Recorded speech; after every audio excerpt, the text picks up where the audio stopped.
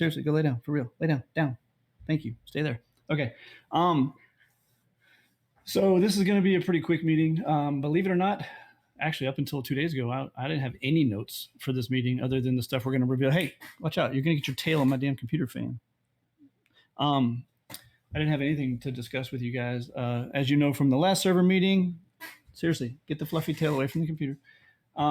From the last server meeting, we kind of stepped back our rules and stepped back our limits and stepped back on adminning stuff and micromanaging you all, and that's worked out pretty well because I really don't have much to say other than the big reveal and all that good stuff tonight. At the very end here, the last couple of days, the admin team did add a couple notes for us to discuss with you all. I'm probably going to let them pretty much touch up on those notes. Let me move my Discord over. I'm going to be streaming. So tonight, for those who weren't here a minute ago when I was talking about this, seriously, go lay down. Your tail's going to get caught in my computer fan, and I'm going to be pissed. For those, I have my case off. In the summertime, my office gets so hot, so I have to take the glass off my case because it gets really hot up here. I was telling everybody earlier that I'm going to actually, if you're not watching Twitch right now, you really, really, really need to be. If you have some major reason that you don't want to be watching Twitch, I mean, I don't know what that is, but if you do have a reason you don't want to watch the stream on Twitch tonight, you're really going to be pretty much missing out on everything we have to do tonight. Everything I'm doing tonight is going to be showing you stuff in game and showing you some data and stuff like that. I'm actually, who's the ugly guy in the chair? I'm actually going to be, I'm actually streaming my screen tonight instead of a specific window. So if like a bunch of like midget gay porn pops up, forgive me. I'm hoping I'm doing this correctly where you guys don't see all that on my other screen. So I'm just kidding. Yeah, he's good. It's all feet porn. Yeah, I gotta be careful. Somebody's actually gonna believe me. Get like reported to Twitch. But yeah, so forgive me. This is like new to me, trying to stream like my actual screen instead of just streaming, Rust or whatever. So I'm gonna do my best. Stuff that you guys don't need to see. Ooh, that was loud. Stuff you guys don't need to see, I've pushed over to my other monitor. I think my dog wants to play with you all. So let's hope this all works out. So like I said, one more time, just again, thanks for putting that link in there, by the way, 2 tons. If you're not watching Twitch, I highly suggest you click that link because most of everything we're going to discuss tonight is going to be stuff you need to see, not just hear. You want me to record the Twitch or? Just, yeah, you might want to. Yeah, because recording Discord isn't really going to do much good. And I know Twitch keeps them for like a day or two, but I don't know how long they keep them. Bailey, come on, man, for real. I got to watch that. Okay, so with that said, I think we're just going to tackle like the bullshit first. Now he's whining. I think we're going to tackle the bullshit first. Just, the couple notes we do have for you guys. And that way we can get on to the fun and juicy stuff and the big reveal and all that good stuff. So I'm not used to actually having the freedom to go into the admin Discord while we're doing these meetings. Let me go to the meeting notes here. Meeting notes, here we are. Okay, so to the admins in the channel, all the reveal stuff, just we're gonna skip over that, and I'll be doing that here after we do this part. So skip that. Cooley, do you need to? Anybody who put notes in here, I'm just gonna let you touch on them yourself. So Cooley, do you want to touch on your notes real quick? And for those that are new to these server meetings, we just basically do our thing. After we do our thing, we let the players ask us questions and we try to answer them and discuss them. And then after that, we preview the map. I stream from the new map. And then after that, we give away prizes in game to you all. You have to be on the server in game to get your prizes. No, we don't hold them, for tomorrow and stuff like that. It's kind of like a reward for attending these meetings. That way, we appreciate you all coming to it, so we don't waste our time doing it. So we'd like to reward you for attending. With that said, we're going to start. Cooley, do you want to hit your topics or would you like me to do them for you? Sure, man. I'll do it. So over this last month, we've had a new set of rules. And part of that was relaxing the build rules, right? So if you've probably noticed, we backed off a lot on those. But we did want to highlight one. There was a lot of awesome, right? So everybody kind of took on the rules and said, "Yep, we got it." But we had a few exceptions, right? So good for the most part. A few examples that required correction, and some bases that were like overdone in some cases. So a couple of things that we wanted to touch on: be courteous to other players, and that's the biggest thing here. Is when we have large builds, it will slow down people's computers. It can crash their client. It can lag them out. So if you're building large structures that makes other players' FPS drop to unplayable levels or makes them disconnect, take down some of your deployables or adjust your build, even if it's not affecting your gameplay. If it's affecting somebody else, self-police, take care of it. Land claims, don't do it. If you build and put up external TCs at the edge of your build priv, that's cool. But building TC structures just to prevent others from building isn't very nice. So we might remove land claims, large groups of TCs from some same players if they're not built on after 24 hours. When you have room, don't build right on the edge of somebody else's build priv. That's not cool. That's not courteous. And then there are the deployables that really hit our performance. So fire deployables. I don't know, Drac, you found somebody that had, 100 fires. That's really bad for client performance. So if we see that, we're probably going to remove those, and you're going to lose wood and charcoal or anything else that's burning in them. I had one more note. Building right at oil rig and taking it at each respawn. So if you're building right at oil rig, that's cool, but doing it just to take oil over and over and over again every time it resets is not courteous to other players. So try to be courteous with that. But good job on the rules. It went pretty well. That's all I got. I don't even want to fucking talk now. Well, you have to. No, I don't want to now. It's like I just said in my stream, it's like hanging out with that one hot friend, and then you show up, and I'm now I sound like shit now. Yeah, I don't want to talk anymore. I used to think Nola was like the sultry one, but now, Jesus Christ, man. Here, I'll just speak up and make you feel better. Oh, there's Mac. Okay, I'm back down to earth now. Mac yeah, talk. There we go. Okay. Oh yeah, my sword collection. Oh wait, I'm turning in the game like I can turn around and show you my sword collection in real life. I'm so stupid. Yeah, I do have some swords back there. Actually, maybe you should see.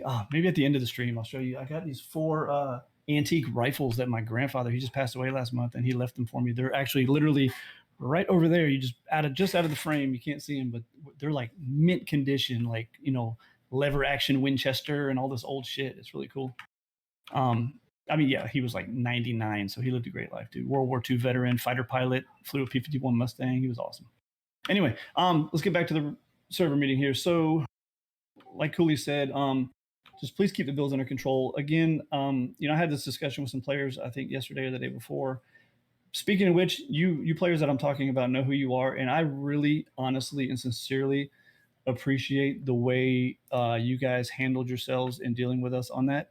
Again, I know at least 2 of you are probably in here right now listening, and I'm not kidding. I'm not blowing smoke up your ass.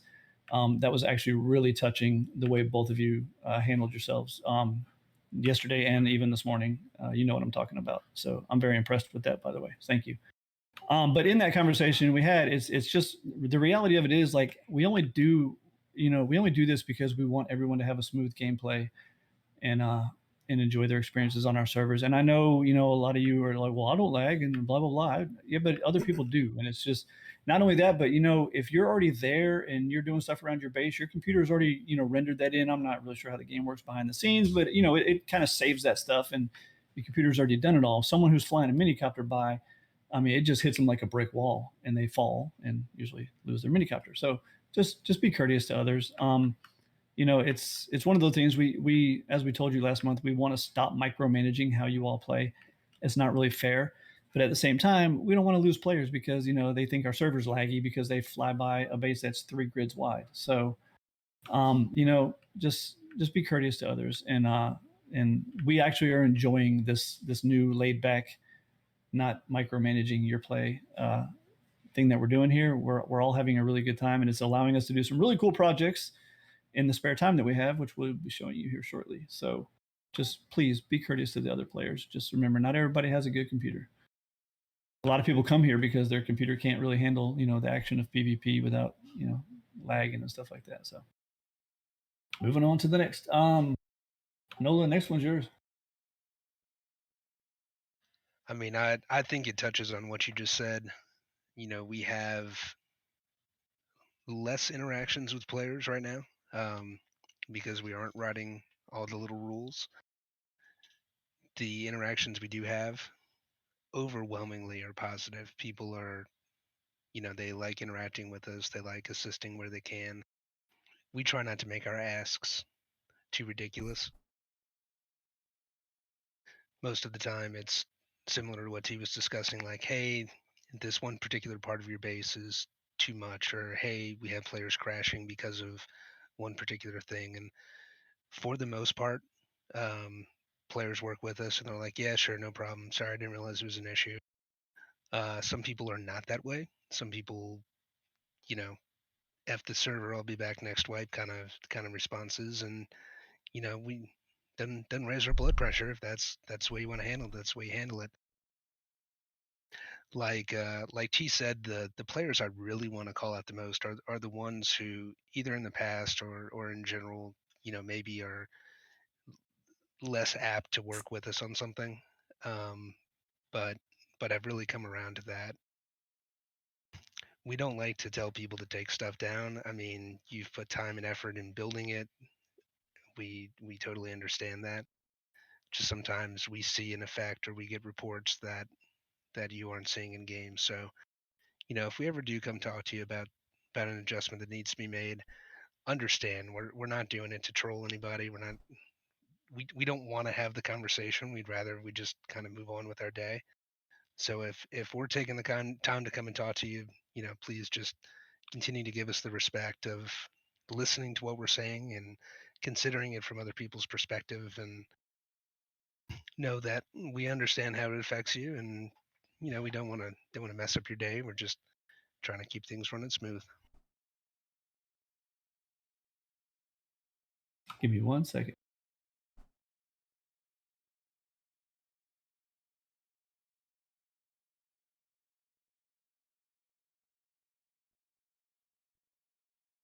Testing. Nola, say something to me. 1, 2, 3. Okay. I was told that my speakers were coming through my microphone, so I'm hooking up a headset here real quick. Sorry about that all.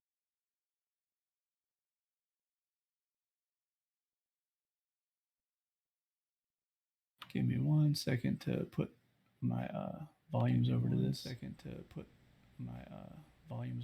Okay, that should be good. You shouldn't be able to hear people talk through my speakers anymore. Sorry about that.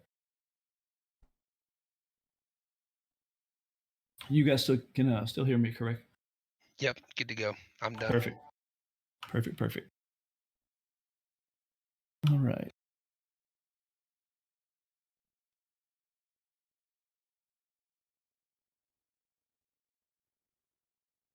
Okay, sorry about that delay. I was just turning some stuff down so I don't blow you guys out with my speakers. Sorry about that delay. Anyway, so moving on here, let me check the notes. Don't think we have much more left here. Okay, yeah, I've just got one small. I've just got one small note left of my own. Or two small notes. One is starting on force wipe. I'm gonna take one side of this headphone off. I can't stand having not being able to hear my surroundings. Starting on force wipe, armor will start taking durability hits unless you're a veteran. So it's not massive. It's not like one fight is going to break your stuff or anything like that. You will notice it decreasing slightly as you take shots. This is a new feature. We're testing it. We will tweak it as needed and see how it goes. As with all new things, just bear with us. Don't freak out and rage quit. Just while we're still trying to get this all ironed out. Through our testing, though, we think we have it set to a nice slow pace that still adds a little challenge and gives a reason for those of you that have 50,000 sets of gear lying around. So basically, your armor will take small amounts of durability hits when you're fighting, and yes, veteran no durability will stop that from happening. As I said, this is a new feature that we just started working on the test server here. Actually, earlier I had some of the armor on me that I was testing it with, but So, just bear with me. If it's not working like, the first hour of wipe, just give me a second. There's some permissions and stuff I'm going to have to enable when we do install this on the main servers. And as you know, on Force Wipe, our attention is usually elsewhere for the first, half hour to hour. So this may not even happen for the first hour while I get, my main concern is getting the servers working and getting you guys the all clear. Once that's done, then I'll start, tinkering with getting this set up. So you may not notice it for like the first hour. And my last note is Thursday is Zombieland's 3-year anniversary. So happy birthday, Zombieland. 3 years ago, in 2019, on the Force Wipe of May, which in 2019 might have been a different date, but it was the Force Wipe of May. I basically made this server about a week before the Force Wipe. Ironically, I was basically crafting guns on the server that me and my son played on. There was a glitch with stacks. Hell, I think we've had the glitch happen here before even, where if a gun stacks and you craft it like more than one at a time, with instant craft, it'll stack the guns. But then when you go to peel the stack apart, you don't get all the guns. So that happened to me on that server. And I mean, I was a donator. I donated it was a major pay to win server. That's one thing I didn't like, but I was like a $50 a month donation type person. And that bug happened to me. And I'm not a power player. I was only crafting 2 AKs and a bolty. That was all the rifle bodies I had. It was, the day before PvP day, like the end of the wipe type thing. And it happened to me and I reported it to the admins and they basically told me to get fucked. Like, oh, if you can't prove it, then we're not going to... I'm like, but I can prove it. Just grab a couple rifle bodies and just do what I just told you I did, and it'll happen to you too. And they're like, we don't have time to do that. And I'm like, are you serious? Like, you can't just refund me my one rifle body? And they were like, nope. And I logged out and Googled, how do I make a Rust server? And then I spent about a week getting it all set up. And the Force Wipe of May in 2019, that's when we went live, and it was just me sitting there all by my lonesome. Yep. Yeah, I mean, at least I was able to tell them how to reproduce it. My God, they could have at least tried, shit.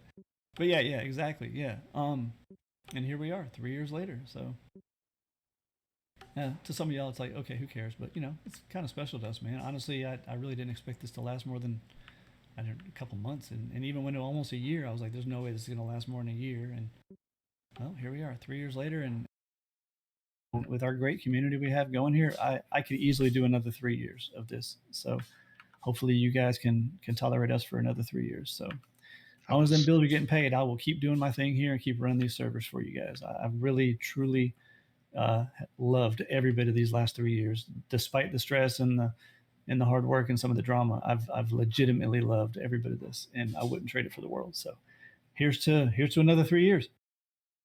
Hopefully. Huzzah.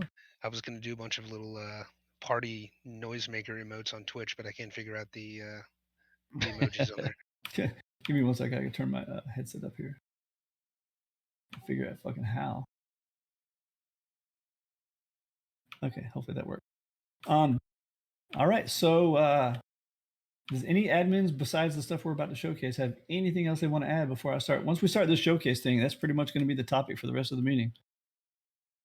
So this is our last chance to get anything out. Well, obviously we'll still do the player Q&A at the end, but I have a feeling a lot of their Q&A is going to be about what we're revealing tonight. So,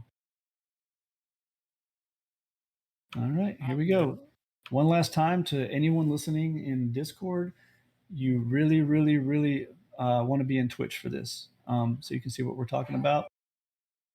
Honestly, if you're in Twitch, you probably just want to mute Twitch and listen to Discord. I think there's a slight delay or something. I'm not really sure, but probably be wise to just mute the Twitch side so you can hear the Discord side. But I was about to ask that myself. Knowledge of the 5 gifted. Yeah, I would mute the Twitch side because I think it's a little behind, but hopefully it's not too far behind as I'm trying to show you guys stuff, and it made me look like I'm stupid because I'm talking about something that I'm not actually showing you. So it is. There is a delay. It's like maybe a second or two. Okay, that's not too bad then. Hey Mac, you see your goodest boy just laying there for you? I know. I see him. He's legit just posing, man. That's great. Give him any Those arms stretched out. All right, hold on. Let me give him. Yeah, here, Mac said he'd give you a little rub. He likes his neck rub. There you go. Yeah, you got a little neck rub. Yeah. Okay, you stay there. Can't wait to see him this Christmas.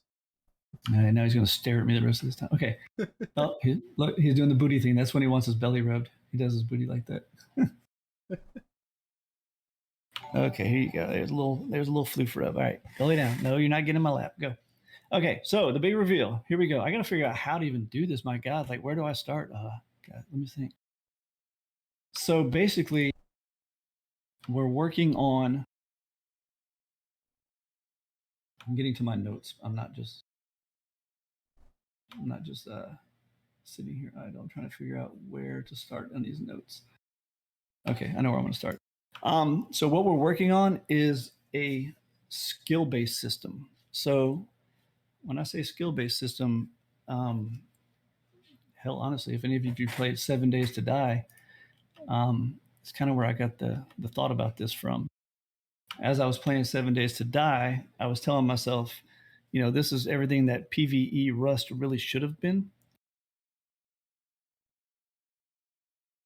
My headset's like slipping off my head here. Anyway, so I was telling myself, you know, this is how Rust should be. So instead of trying to, you know, wish and dream, I decided to try to make it a reality to the best of my ability, which obviously will never be 100% or perfect because it's Rust. It's not 7 Days to Die. But I really like the whole aspect of having skills and actually character development and you know, all the systems from that. So with that said, we have put a shit ton of work into what we've been working on so far. So I'm just gonna. I think the best way to do this would be to start off by just blowing your minds away with showing you some of the skills, and then dive into the spreadsheets and what our plans are and how we're implementing it and what we plan on doing and all that good stuff. And some of the bad, there will be some bad, by the way, but we really think that the 200 and whatever good things will outweigh the bad. The bad are extremely minor. Honestly, we would even consider this project if we thought it was going to piss off the players and make them leave and stuff. So I think you'll like it all. So let me just right off the bat, let me load the plugin here on this test server. And by the way, the big reveal tonight isn't just me showing you this. I'm literally going to dive in to the config. I'm going to dive into the data. I'm going to dive into everything. So you guys are 100% in the know. I want total transparency on what we're doing, what we're trying to do, what our goals are, and how we're trying to configure this. So we're really going to dive deep into this tonight. So just bear with me here for 1 second.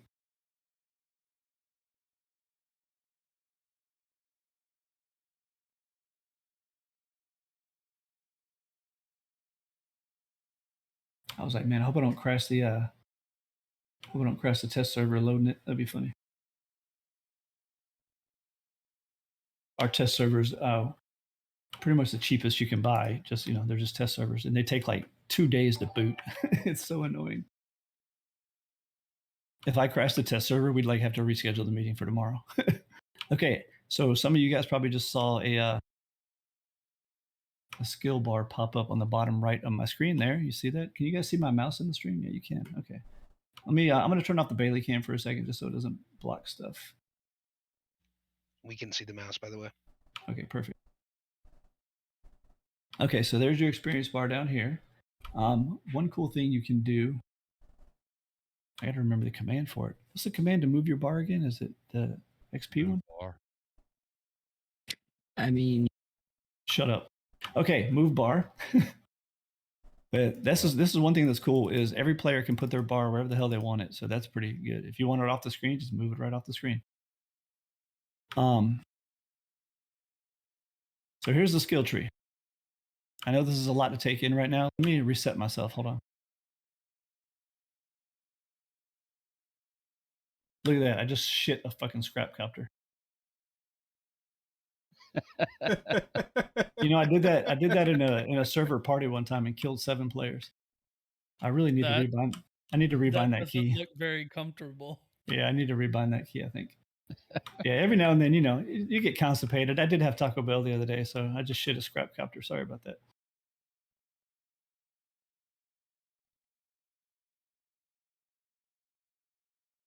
Okay, just gave myself some skill points there to play with. So as you guys have guessed already, as you oh my god, my bar. So we have the bars moved off the screen right now so that while we're playtesting, it's not out there for people that aren't doing it. So there's the experience bar. Normally it would just start right there where it's at right now. I just have it configured to be off the screen right now. So anyway, as you can guess, let me make it daylight and let me give myself some tools here. By the way, I'm sorry this part of the meeting may seem long and drawn out, but there's just so much to go over with you guys and show you. I really think you're going to like this.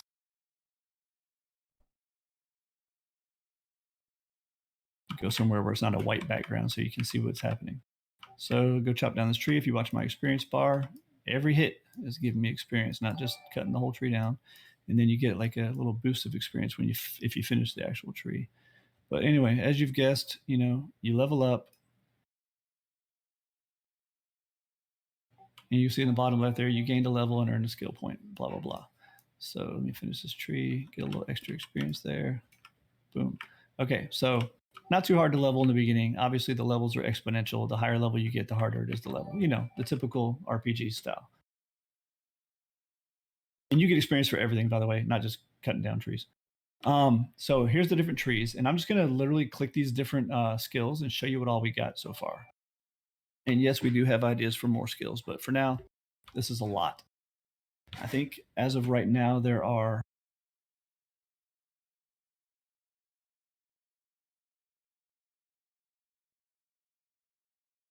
sorry, I'm looking at my stats here. Right now, there are a total of 2,193 skill points that you can spend on these things. So there's a lot. We've been really busting our ass on this. So here's some skills. First one. Oh, well, you know what? I might as well mention this. Before I start explaining these skills, I do have to pop out one of the bads. But hear me out through the end of the meeting before you get up in arms with the bad. This plugin will be getting rid of Z levels. I'm just letting that resonate for a second there. But. Well, don't hate them too much because it's not exactly going away. And you'll see why in a second. Okay, anyway, so like this skill right here, Stroke of Luck. The skill gives you a 2% chance per level to spawn a new node after a node is destroyed. It's actually really cool, and it'll scare you the first time it happens because you'll be mining a node, and all of a sudden, as soon as you complete the node, poof, there's a new node right in the place of the old one. So it's actually pretty cool. And when you get skill points, you just click on a skill, you hit level up. You can see the percent per level here, and on the right-hand side over here, if you can see my mouse, yeah, you can. On the right-hand side over here, it's going to show you all your buffs from all the skill trees as you get more skills. So if I level that one up, you can see I have a 2% chance, 4% chance, 6, blah, blah, blah, blah, blah, blah, level it all the way up to, look at that, 30% chance of spawning a new node when I complete a node. So that's actually pretty cool. Next skill, by the way, there's 3 tiers, as you can see, tier 1, tier 2, tier 3. Obviously, the higher tier skills are better than the lower tier ones. This skill right here, this skill increases your mining yield by 6.25% per level. Notice you can level that thing up 200 times. So it can get quite high.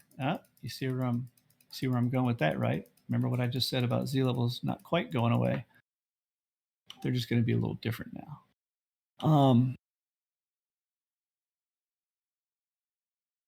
So that can go really high. This next one, instant mining. This skill gives you a % chance per level to instantly mine out a node per hit. So literally you could be pounding away on a node and poof, you just mine the whole thing instantly. Obviously a smaller chance, but it's pretty OP if you level that up. One thing I do need to note is every single skill, what tier they're on, how many skill points you can put into them, how many percentage of bonuses you get from them. Everything you see tonight is what's the sellout guy that is a sellout now, does the videos for Rust? What's that guy? Come on, somebody tell me. What's the guy's name? Subject to change. What's that guy? Shadowfrax. Yeah, that guy. Okay, yeah. So everything you see tonight is subject to change. So don't screenshot this and say, oh wow, I'm gonna make sure I get 30 points in this. And this is all subject to change. This is just after lots of testing, and we still have more testing to do. But that skill's pretty cool. Instantly mine out a node. So right there, you can see I have a 25% chance now of instantly mining a node. I have a 30% chance of spawning a new node in its place, and 187% yield, which is, like the mining Z level. This next skill is also more yield, but notice that this one gives you 8 per level instead of 6.25. So this one you can mine up. Obviously, you can put less points into this one, but you can still mine that one up too. And notice my yield now is, over 300%. This next one.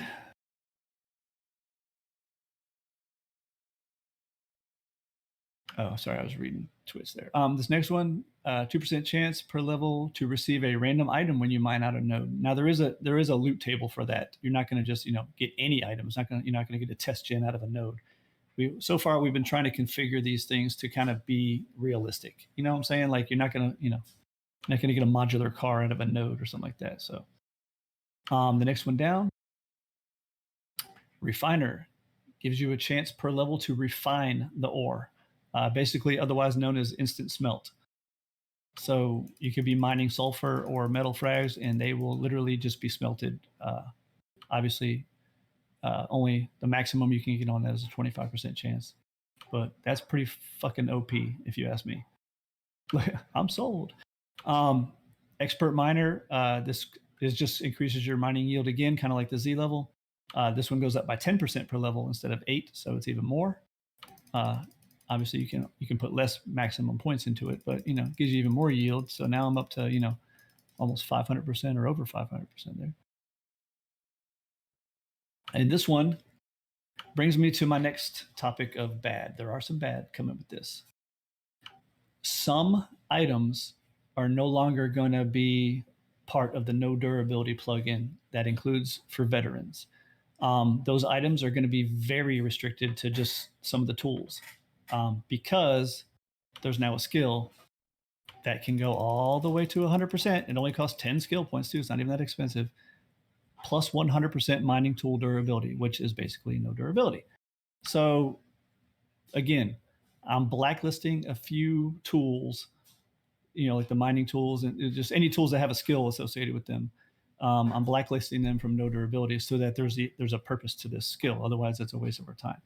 So again, like I said, there'll be a couple little bad things, but I really think it's funny because when I was so nervous about telling you guys some of the bad, I'm thinking to myself, yeah, but I mean, dude, instant smelt, chance of getting loot out of stuff, instantly mine a node. I mean, all the instantly spawn a new node.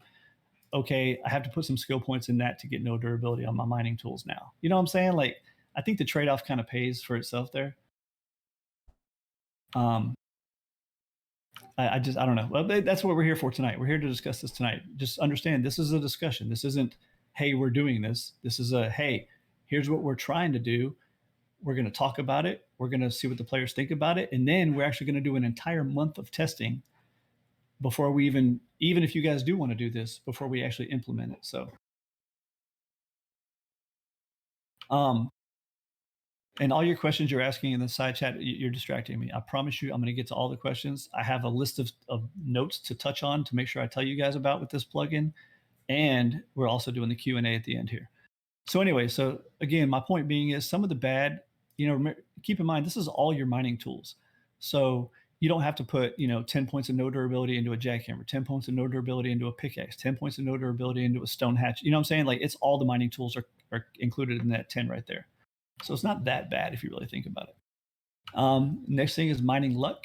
A chance to receive a random item when you mine out a node. Didn't I already touch on that one? I think I did. Okay, moving on to wood cutting. Wood cutting is kind of some of the similar ones. This one, the 3 in the middle here, amateur, adept, and expert, just like the mining ones. Pretty much that's your wood cutting Z level. The higher tier ones give you more per level than the lower tier ones do. But that's pretty much your Z level right there. Again, save all the questions. I promise you I'm going to touch on most of them already in my notes anyway. And then the ones I don't touch on, just save them for the end. We're going to have a Q&A. If I have to stay up till 2 o'clock in the morning tonight answering y'all's questions, I will gladly do so for you. That's how much I've put into this project and how strongly I feel about this project. Instant wood cutting, pretty much just like the mining, instantly chop down a tree. chimney, instead of smelting, this has a chance to give you charcoal. I'm sure a lot of you raiders are going to like that. Basically, and that's, by the way, all these bonuses are per hit. This isn't, cut down a whole tree and you have a chance to get some charcoal. This is every single hit on that tree, you have a chance to get some charcoal. Oh, Savage, you're talking about coming back. Wait till you see some of these skills. Right now, I'm just touching on the Z level replacements. I haven't even got to the good stuff yet. Anyway, like I said, the middle ones are just like your Z level. This one over here, same thing. Random items when you cut down a tree. We try to cater the items to kind of like, stuff that have to do with forests or trees and stuff like that. Mountain Juice, that's because you're old, man. You go to bed at 7 p.m.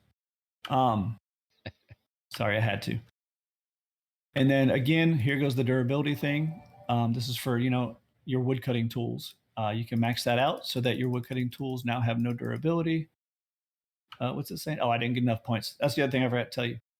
To get tier 2 skills, you need to put 10 points into tier 1. To get tier 3 skills, you have to put 25 points anywhere. Make sure you understand that, because we've even some admins during testing were confused by that. You don't have to put 25 points into tier 2. You just got to have 25 points somewhere in this tree to unlock tier 3. So that's just to prevent people from trying to skip all the way down to tier 3 instantly.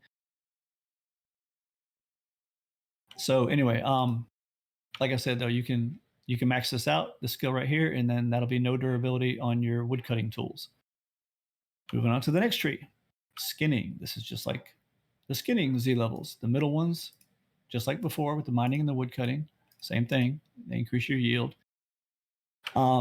This skill right here allows you to track animals with the track command. Actually kind of cool. You type /track in chat and it will tell you the direction to the closest animal to you.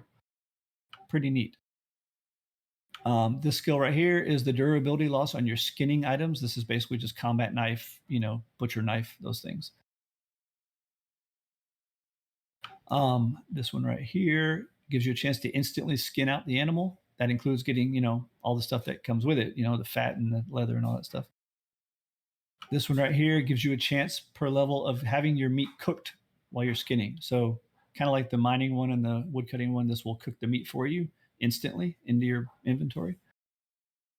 Pretty cool little skill. This one right here is the durability. Oh, I'm sorry. The durability loss on this one is actually split into 2 categories. It's 5 here and 5 here. And then this one right here increases your damage done to all animals, all the way up to a 50% damage bonus. So that's kind of cool. Again, I know some of you hardcore players that just mine, and raid are probably looking at that tree like that's stupid as shit. But think about some of the role players out there, they want to go out there and be a hunter and stuff. It's kind of cool. And yeah, we can change the name of these skills. We can change everything about this, by the way, literally everything. We can make our own, make new icons if we wanted to even. So it's really customizable. Moving on to the next tree. This is the harvesting one. So this one's a little different. This increases your harvesting yield for wild collectibles by 10%, kind of like the Z level. You're picking up hemp, you're picking up whatever. And that's all wild collectibles, by the way. Again, just like the acquire Z level, basically. This is the second tier for that. And this is the different one now. This is different here. I think we moved these around, didn't we? There's the third tier. I can't actually pick where these line up in columns. They just auto line themselves up. Maybe it's alphabetical. I don't really know. So this one right here technically should be right there because that's the third tier for the Z level type skill. This skill right here will increase your harvesting yield for grown plants. This means your planter boxes in your base type stuff. So if you grow your own plants, this one right here is a big daddy one. If you notice, you can put 10 skill points into that for 15% each. That's 150% yield bonus. I really wish my Discord would shut up right now. So that's a pretty good bonus there. This is a fisherman one. You have a chance of receiving extra fish when you catch fish. For those who like to fish, I am not one of those people. Expert farmer. Again, this one technically should have been over here on the left underneath that one because it's just the next tier up for that one. Notice you can put 50 skill points into that at 17.5% each. That's a lot of yield. I think the total yield for these two combined is almost 1,000% bonus for your grown plants in your base. So for you farmers out there, that's a huge one. And then this one right here is kind of cool. Actually, let me put some skill points in just so I can show you that one. How about that? Let me see. Put 10 here.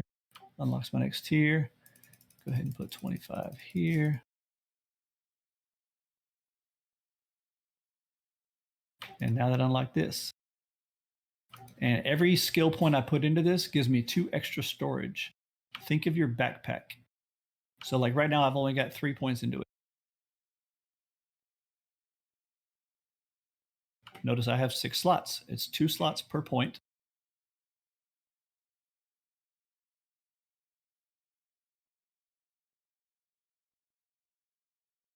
And I jack this thing all the way up to where you can get, come on now, 42 extra slots of storage. There you go, 42 extra slots of storage. And for those who just asked this question in chat, here's my backpack. And yes, you can bind this to a key. I just haven't bound it yet. There's my pouch. Notice there's different items in there. There's my pouch. There's my backpack.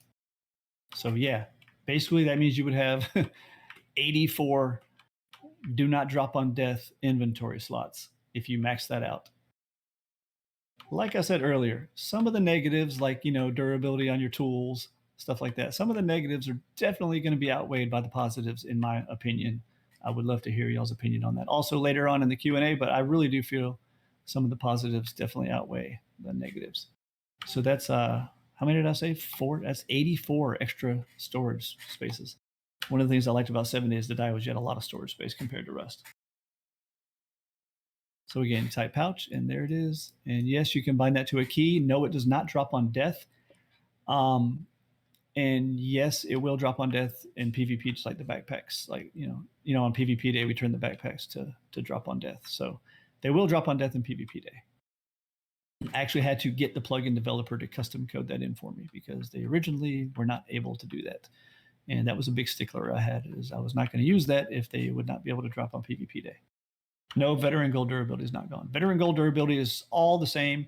Basically, the no durability plugin has what's called a blacklist of things that you can put on that blacklist that still take durability, even though the no durability is global to Veteran Golds. I added, the tools that I just described. That way, there's a reason to have to take those skills. So, yes, no durability. You can still shoot your guns and do all that kind of shit, and they won't lose durability if you're a veteran. But your harvesting tools and stuff will, unless you take those skills. Again, I know that's kind of a kick in the nuts to veterans, like, oh, you fucking us, but I'm really not. I mean, there's actually some veteran perks in this plugin I haven't even touched on yet. So trust me, the good definitely outweighs the bad. All right, let me move on here with the skill trees.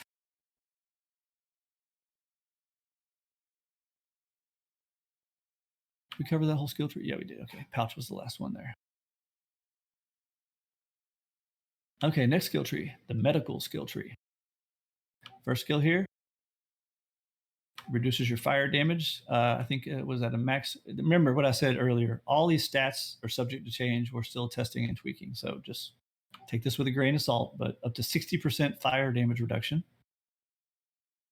This next one is radiation, same thing, up to 60% radiation damage reduction. This one will heal a downed player when revived for 5% of their health per level. So if you had that maxed out, that's what, 75%. So basically, if your teammate picks you up, it would pick you up with 75% of your health instead of like 5 health or whatever. This one right here, this is really cool. Passive regeneration. Literally, just as you walk around, you passively regenerate your health faster if you level that up. We had to keep that setting kind of low because at some point it almost makes you invincible. So we were like, shit. Pretty badass though, especially for only a tier 2 skill. This next one, Bandage Expert. The skill will double the amount of healing you receive from bandages. Real useful. And only takes 1 skill point to get that. This next one reduces fall damage by 2% per level for a maximum, as of right now at least, a maximum of 30%, which is real useful also. This skill reduces your fall damage by 2.5% per level and has a maximum of 20. So you could technically start jumping off the heli tower and shit by the time this is all done. Bandages are bandages, bandages, the little medical ones that stop bleeding. This next one prevents you from being damaged by the cold. Period. No percentage, just 1 skill point. Boom, you're immune to cold. Real useful. That's why it's on tier 3. And this last one here, 3% chance per level to resist being wounded when taking non-headshot lethal damage. The reason I put non-headshot in there is because taking a headshot as your final shot to kill you is just a kill in this game. It doesn't even call on the wounded hook when you take a headshot. So I had to make sure I put that in there, because if you get a headshot as your final hit, you're just going to die. But this has a 3% chance per level of you actually standing the fuck back up when something was supposed to. Basically, so it's like a give me, because you don't even actually see yourself fall. So like if this wolf was about to kill me and I had that maxed out, I would have. I forgot what I said the percentage was there.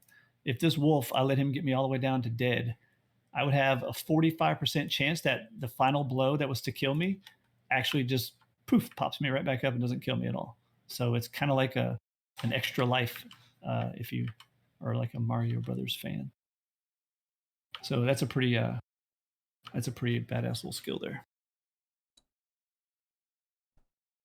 Real useful when you're like raiding or something like that, and something would have killed you, and just pops you right back up.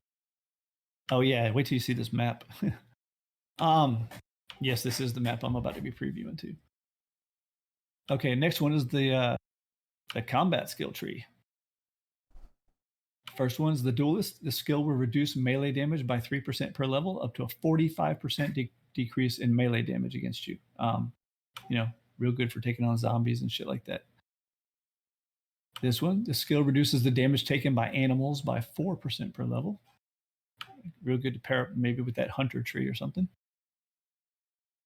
The skill gives you a 1% chance per level of not using a bullet when firing your gun.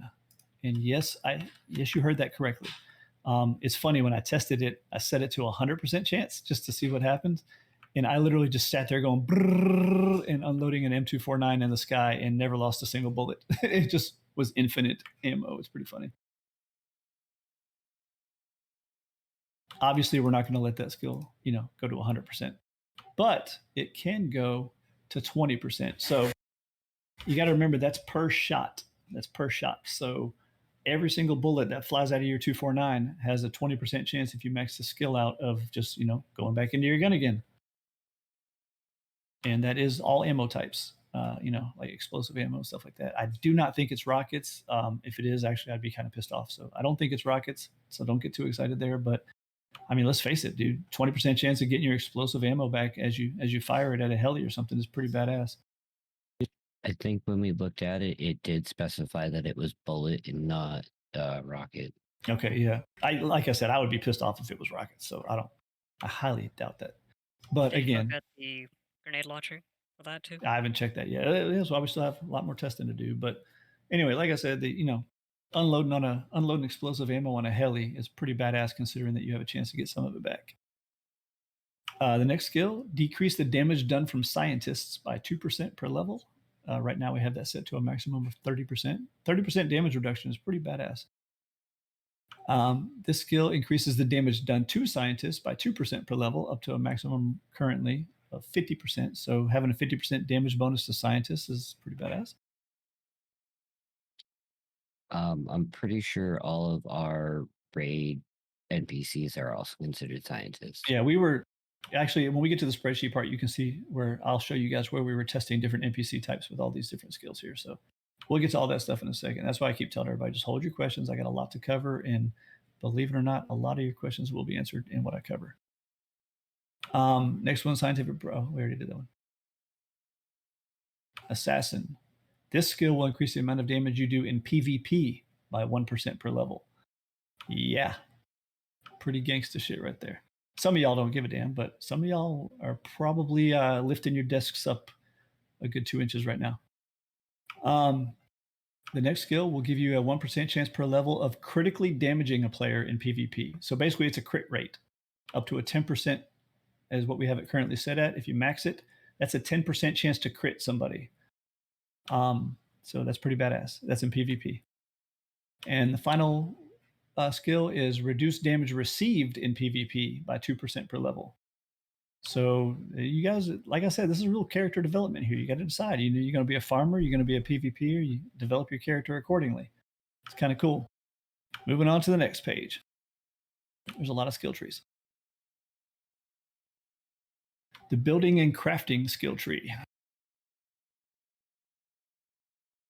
First one here. This one gives you a 3% chance per level of receiving your scrap back when you research something. So you literally have, if you max this out, a 30% chance of getting a refund on your scrap when you research something. How sick is that shit for a tier 1 skill? This one right here, amateur tinkerer. I got to touch on a bad again. Sorry guys, there's one more bad to bring out. So some of these skills are crafting speed. Obviously, we don't have crafting speed on our server. It's instant craft. So there's where my big conundrum came in. I'm not going to get rid of instant. No. Don't uh-oh me. Let me finish. I'm not getting rid of instant craft. Let me just put that out there right now. There's a lot of core foundations of this server I've always had since day one. Instant craft is one of them. PvE would be another. Stuff like that. I'm not going to destroy what the server was built around, but there is a caveat. But we came up to a consensus of a kind of like meet in the middle type thing with these skills, because there's some pretty major skills in here for increasing craft speed. What we're going to do. And remember, at the beginning of this conversation, I said, none of this is set in stone. This is us working on a project for a long time. This is us pitching the project to all of you. This is getting your opinions on the project. And if you guys like what we've come up with, we move forward with some more testing and tweaking. And then if you still like it, then it gets implemented. So listen to me carefully. Everything we discussed tonight, this is not happening. This is us showing it to you and getting your opinions on it so we can test it a little bit more and then make it go live if that's what you want to do. So don't freak out when I start talking about things, because none of this is set in stone. So what we decided to do with this is, obviously we're not going to get rid of instant crafting. So what we decided is we'll put a couple top tier massive items. The instant crafting plugin has a blacklist just like the no durability plugin. So we're going to put some really high tier stuff on that blacklist. Rockets, C4, stuff like that, the big dog stuff. That's it. So basically global instant craft, just like the server's always been, with a handful of really, really, really top tier shit on the blacklist, so that it actually has craft times, so that there's a purpose in taking these crafting speed skills. And we have the crafting speed skills configured so that if you max them out, it's 100% crafting speed reduction, meaning no craft time. You guys get where I'm going with that? So just like the tools we just discussed with no durability, we're basically just taking it away from a couple things so that you can use skill points to get it right back to the way you're used to it being, which is, no durability or no craft time. So, if you like to craft 1,000 rockets at once, put you some points into this shit right here. If you notice, it's got multiple tiers of it, just like the Z level skills were. If you get all the tiers maxed out, it's 100% reduction in crafting time. And if all else fails, you can still just fucking craft things with crafting time. Again, it's just a couple top tier stuff. All the basic stuff is still instant craft. All the normal stuff is still instant craft. Hell, even, crafting, 556, as far as I know, we still have that as instant craft too, I think. Just some of the big dog stuff like rockets and shit. So the first one, like I said, you have a chance of getting all your scrap back when you research something. Yeah, you know why the rock has a crafting time? Because that blacklist in the plugin, it can't have an empty value. I had to put something in that blacklist. So I put the rock in there because, like, who the hell crafts a rock? Obviously Dreamkiller crafts a rock, but and Grim. Anyway, this next skill, so that skill right there increases your crafting speed by 2% per level up to 20%. Yes, there's more versions of that down in the higher tiers to get it down to 100%. This one right here, this one makes primitive weapons not have durability. That's basically spears and bows. I think like a bone knife. Same concept as the other tools. So bows and spears type stuff, whatever primitive weapons are. The next one, this is your crafting speed again. This one is now 3% instead of 2% per level. So that gets you even higher. Let's see, like if I max this out to 10, that puts me at 20. Oops, I missed one. Then I can max this one out with another 10, and that puts it at, right here you can see 50% craft speed. I really do like the way it shows you all your buffs over here. Another good way to show you that, the negatives definitely are outweighed if you start looking at all these buffs. This skill right here, 2% chance per level of receiving your building materials back when upgrading your building blocks. So that's pretty badass. So when you're upgrading your base, you have a whatever percent chance of actually getting your materials refunded to you. I'm going to disable this for Gringo. I'm just kidding. Anyway, pretty cool skill though. For those of you that like to build big and really upgrade your bases a lot, you have a chance to get your shit refunded to you. Yeah, oh, that's right, Malnix. That's right. He's the one that really farms that shit. So yeah, we'll be disabling this exact skill right here for Malnix. He is banned from that skill. Moving on to the next one. This is pretty cool. This gives you a percent chance of getting your components back when you're crafting stuff. Like I said, again, for the 50th time, some of the positives definitely outweigh some of the negatives. So yeah, you may have to put some skill points in here to craft your rockets instantly, but you put some skill points in this fucker right here, you might actually get some of your components back when crafting. With that said, a couple things are not included in that on purpose. There's actually a blacklist for this skill. Explosives and gunpowder are the two I can think off the top of my head that are not included in this. Let's face it. If you're crafting, 10,000 rounds of ammo, a 30% chance of getting your gunpowder back is way too overpowered. So don't get too bonered on this one. There are a couple items that are excluded from that, but for the most part, that's still pretty badass. Okay, next one. This skill gives you a 3% chance per level to smelt ore when a log is burned, in addition to the normal smelt rate. Translated, that's kind of worded weird. I just think of quick smelt. So if you max that out, you know how when your furnace is smelting, it ticks, tick, tick, tick. So every time it ticks, you have a whatever percent chance of ticking twice at once, I guess you could say. So it's basically like fast smelt. So that's pretty cool too. You mix that with the instant smelt on the other tab, and that's pretty badass. Well, the good news is it's all explained over here too, so it's not that hard. And then this last one is crafting speed again. If you, I didn't put enough points into this skill tree here first. Let me, Okay. If you max this one out, did I still not have enough points there? Oh, I don't have enough skill points, dumbass. Give myself a shit ton. Since we're testing here.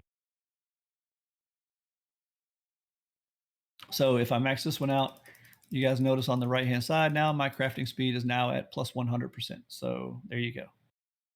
The instant craft can be countered by doing that. Moving on to the next one. Again, all your questions are every question I've seen scroll by so far is already in my notes to say to you guys. So just bear with me. Maybe get Notepad open and type your own notes down instead of putting it in chat so you remember what you wanted to ask as I'm going through this. And then as I mention them, you can delete them out of Notepad if I already answer your question. And then at the end, you can see what's left and ask me your questions, because I really can't keep up with the chat like that. No, I'm definitely not copying them down. Okay, next one is scavenging skill tree. By the way, you guys got to be at least a little bit impressed with how many skill trees we got going here. Like, we've really busted our ass on this. This skill right here gives you a 2% chance per level of finding electronics in a crate the first time you loot it. So basically, if you max that out, every time you open a crate, there's a 30% chance of having a couple, electronics in there. Whatever. Some of you guys are probably like, well, I don't use electronics. Yeah, but you can scrap them for high qual and shit like that too. So think of it that way. Open a brown crate and get a couple blockers or switches. You can take them and recycle them, and that's some free metal for you. So it's actually a pretty cool skill. Next one is 2% chance of finding extra scrap in a crate when you loot it. And the next one is the percent chance of finding components in a crate when you loot it, extra components. So basically, it's just like loot buffs. This one down here, same concept, except higher tier, more component, more scrap, and electronics. Again, I can't pick what column they line up in. I know it's kind of weird having this one over here and that one over there, but nothing I can do about it. I can only pick what tier they are. But same concept, but you can just get it even higher now with these. And then down here, this skill gives you a percent chance to add the loot straight into your inventory when you destroy a barrel. That can go all the way up to 100%, by the way. So you can literally destroy a barrel and the shit just pops into your inventory, which is kind of cool. There is a range limit on it. I think I have the range limit disabled right now, but I was considering adding that. I don't want people just standing on a tower and sniping barrels, and getting loot like that. So we probably are going to put like a 20 to 30 meter range limit or something like that on it. I don't know. We're going to test it and see, but I'm definitely going to have some kind of range limit on that. I don't want that being exploited for that kind of shit. The next one, this skill allows you to smash a barrel in one hit with anything. It's actually a pretty badass skill. Running around with a fucking bone knife, just bam, bam, bam. Yes, you have to do that sound effect when you do it. And this one increases your recycling tick speed. Basically how fast you recycle shit. Pretty cool. Moving on to the next one. Vehicles. This skill will allow you to toggle your speed while in a boat by typing /turbo command. Increases your speed by 7.5% per level. Right now it's set to a max of 75%. And let me tell you, it's fast. It's actually pretty cool. It kind of freaks you out at first. So for those of you who like to go to oil rig and shit like that, just zoom on by. This one right here increases the speed of your mounted horse by 2% per level. Yeah. This skill will reduce your fuel consumption in a boat by 5% per level. This one will reduce your, this is a good one here, will reduce your fuel consumption in a helicopter by 2% per level. By the way, thank everybody for all the little Twitch things scrolling by. I'm such a Twitch idiot. I have no fucking clue what any of that stuff means. I just know from watching Twitch that I am supposed to thank you. So thank you. They're gifted subs. Okay, well, whatever subs are, thank you. Military vehicles that go under the ocean. I don't know, but thank you anyway. Whatever it is, I know it's good because every Twitch person always yells thank you when it happens. So thank you. Anyway, back to the program here. So 2% per level for basically that saves your fuel consumption in your helicopter, which is badass. Like that's probably something you guys know I would definitely take because I love to fly. This right here increases the speed of your horse even more. Let's max this shit out. Hold on. Let's play with some horse speed here. Gee, you should show them what the whole entire tree of horse tree is like when you max it out. When you max it out?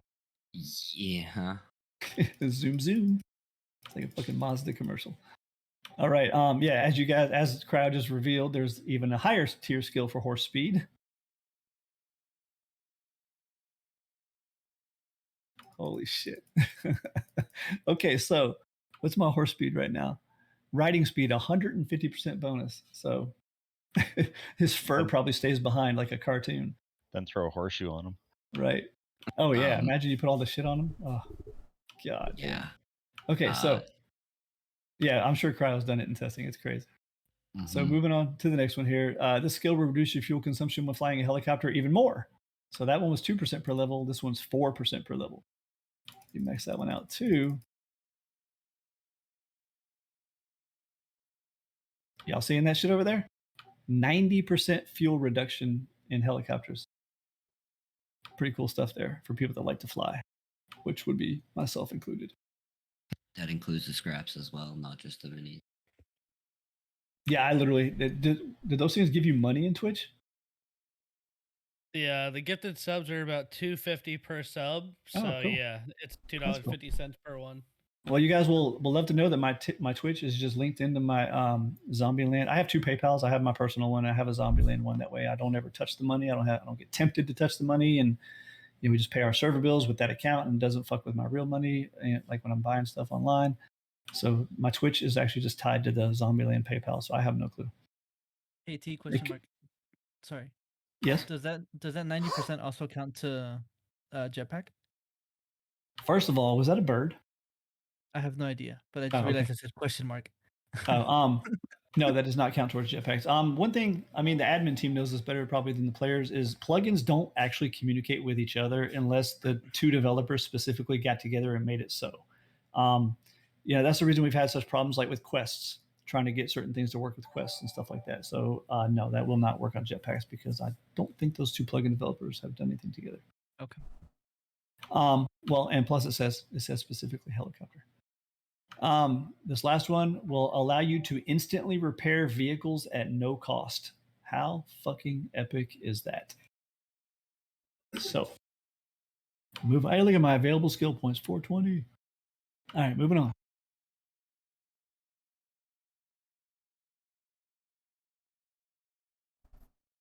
Cooking skill tree. Sumi, this is right up your alley, baby. This skill, by the way, Sumi, I'm going to be showcasing that tonight too. At the end of this. By the way, this is not the only thing we're showcasing tonight. I'm glad I joined right now. Sorry, Yeah, go ahead. this skill will increase the amount of calories and hydration received by 5% per level when eating food. I'm assuming everybody understands what that means. Basically, if a piece of meat was supposed to give you 10 food and 10 water, if you have this maxed out to 100%, it would now give you 20 food and 20 water. So it's pretty useful for a tier 1 skill. Not bad at all. Next one, this one increases your calories and hydration by 5% per level. And what that means is if you see over here, I have 100 and 250. If I max this out to 100%, I would have 200 and 500 as my food and water. It literally increases the maximum food and water you can have. So that's pretty cool too. This skill will prevent you from being sick when you eat raw and spoiled food. So you could literally just live off of rotten shit if you wanted to. Literally rotten shit. And pickles, yes. Lots of pickles. Gotta eat all them pickles. We know Mac loves shoving them pickles in his mouth. No, shove them up my ass. Oh God. Yeah, by the way, this food bonus right here does not count for suppositories. So you have to actually ingest it in your mouth. I'm still gonna get sick then. Yep, sorry. This last skill here will provide you with a 7.5% per level chance to receive your food back when you consume them. Sounds kind of disgusting, but I guess it's kind of like regurgitating your food. Like a You balloon. eat something. I guess if you max that out, you could have a 75% chance of getting your food back after you eat it. I do not know if this works on teas. Honestly, I secretly hope it does not work on teas because that's a little overpowered. But if it does, I don't have any way of disabling that right now. So, well, I guess the joke's on me, right? But we'll see.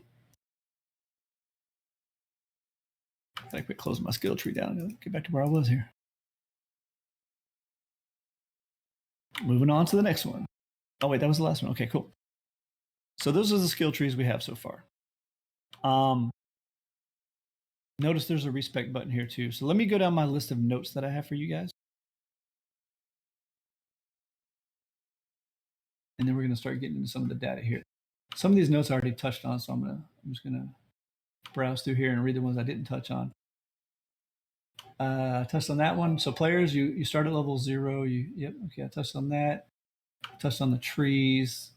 So one thing we're doing, and I'll get more detailed into this in a minute when we look at the spreadsheet, is we're trying to make this exactly in line with Z levels to the best of our abilities. In other words, we want to make these bonuses seamless with how Z levels performed before, including how quickly you can get to whatever tier, how much yield that tier will get you, what the maximum tier is, and what so we literally, when you see the spreadsheet, you'll see what I'm talking about. But we are purposely trying to make this as seamless as possible with Z levels, because honestly, let's face it, the biggest shocker of this whole project is, wait, what? You're getting rid of the Z levels? So that's why we're trying to make this as perfectly seamless as possible, so that your yield and your bonuses will pretty much be exactly the same as your Z levels used to be.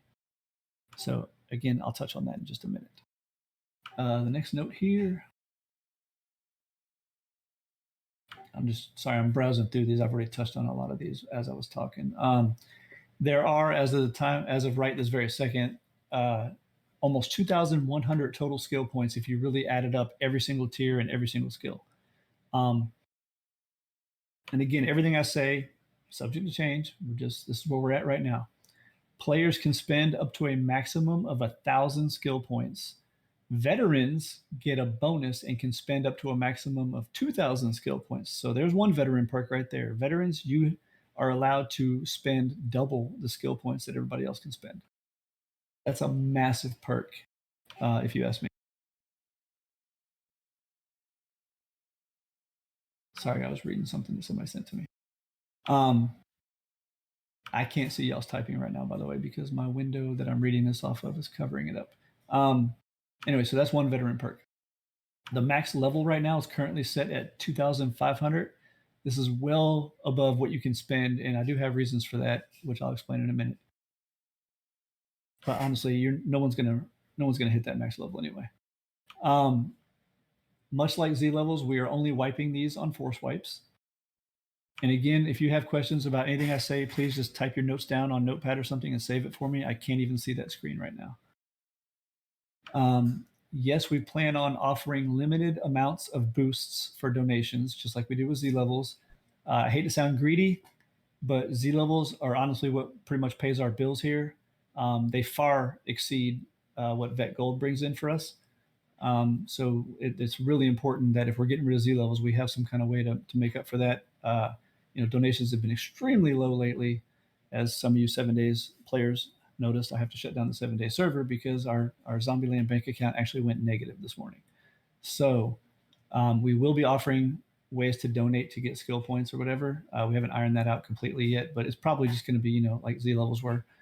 And we will have limits on that though. I'm very keen about not making this a complete pay to win server, but at the same time, we do have bills to pay. So I'm not totally against it. It will have limits on how many you can donate for, just like Z levels do right now.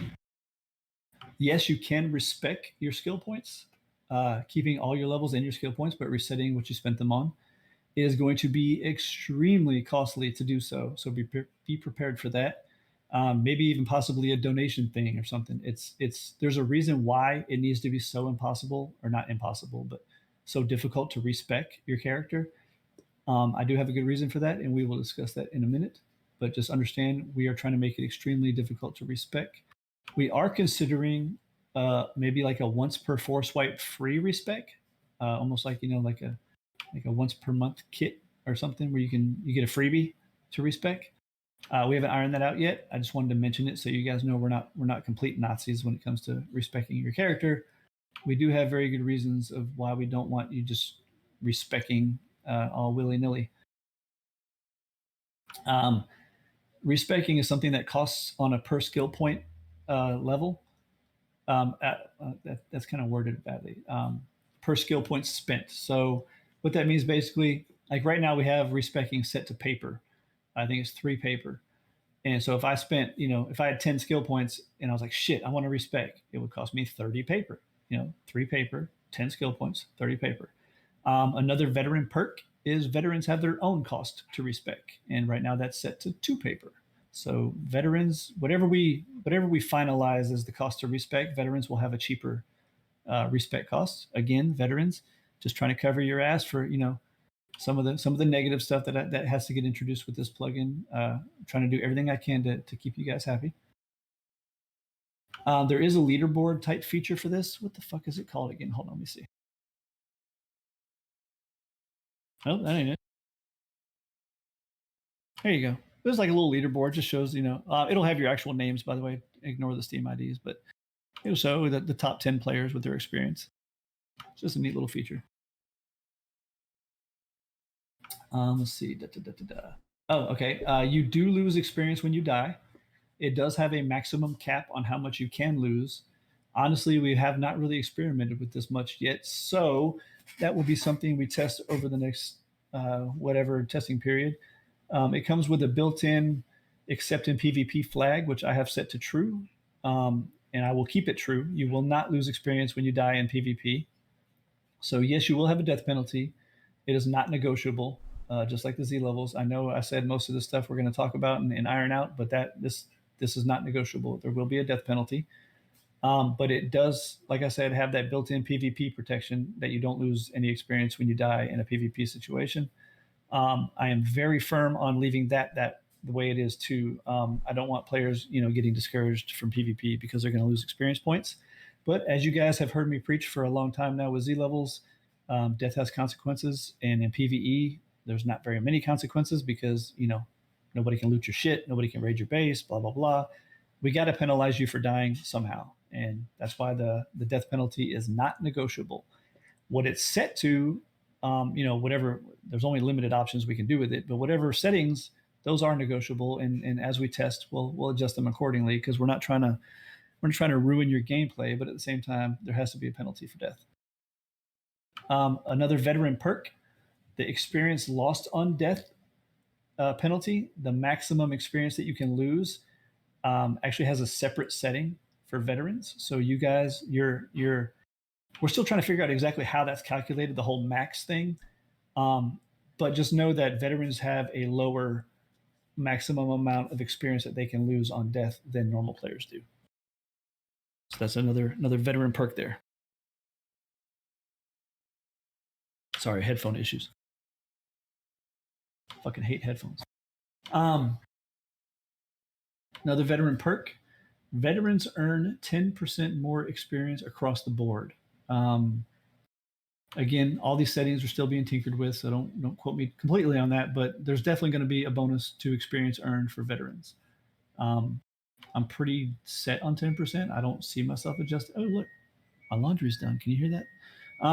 I don't see myself changing that, but if we have to, we will. But veterans, that's another perk you're going to have. You will gain more experience than everybody else. Also, your level will get displayed in front of your name, just like a title, like the titles would. I don't know. Is that enabled on the test server? Let me see. No, it's not. Okay, well, it's disabled on the test server right now, but just to the left of lead admin, it would say like LV dot, 34 or whatever level I am. So, it's kind of little bragging rights in chat. Everybody can see what level you are when you type in chat and stuff like that. Nothing important, but it's, it's kind of neat. Everybody likes to show off a little bit. Your experience bar is completely movable. I already touched on that.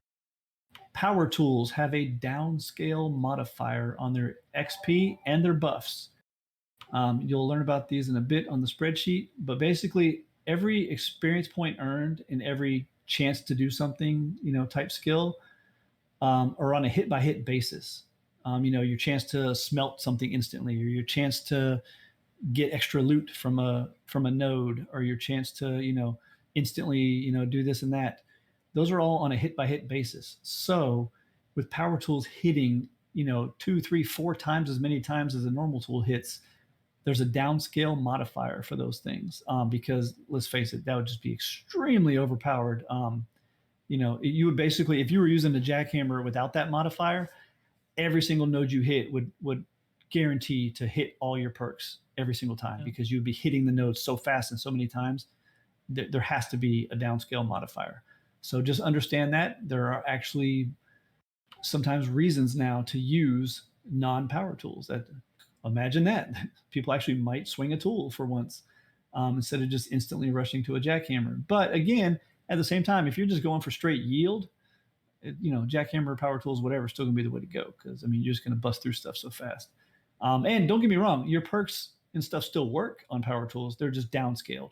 So let's say you had 100% chance of something happening every time you hit a node.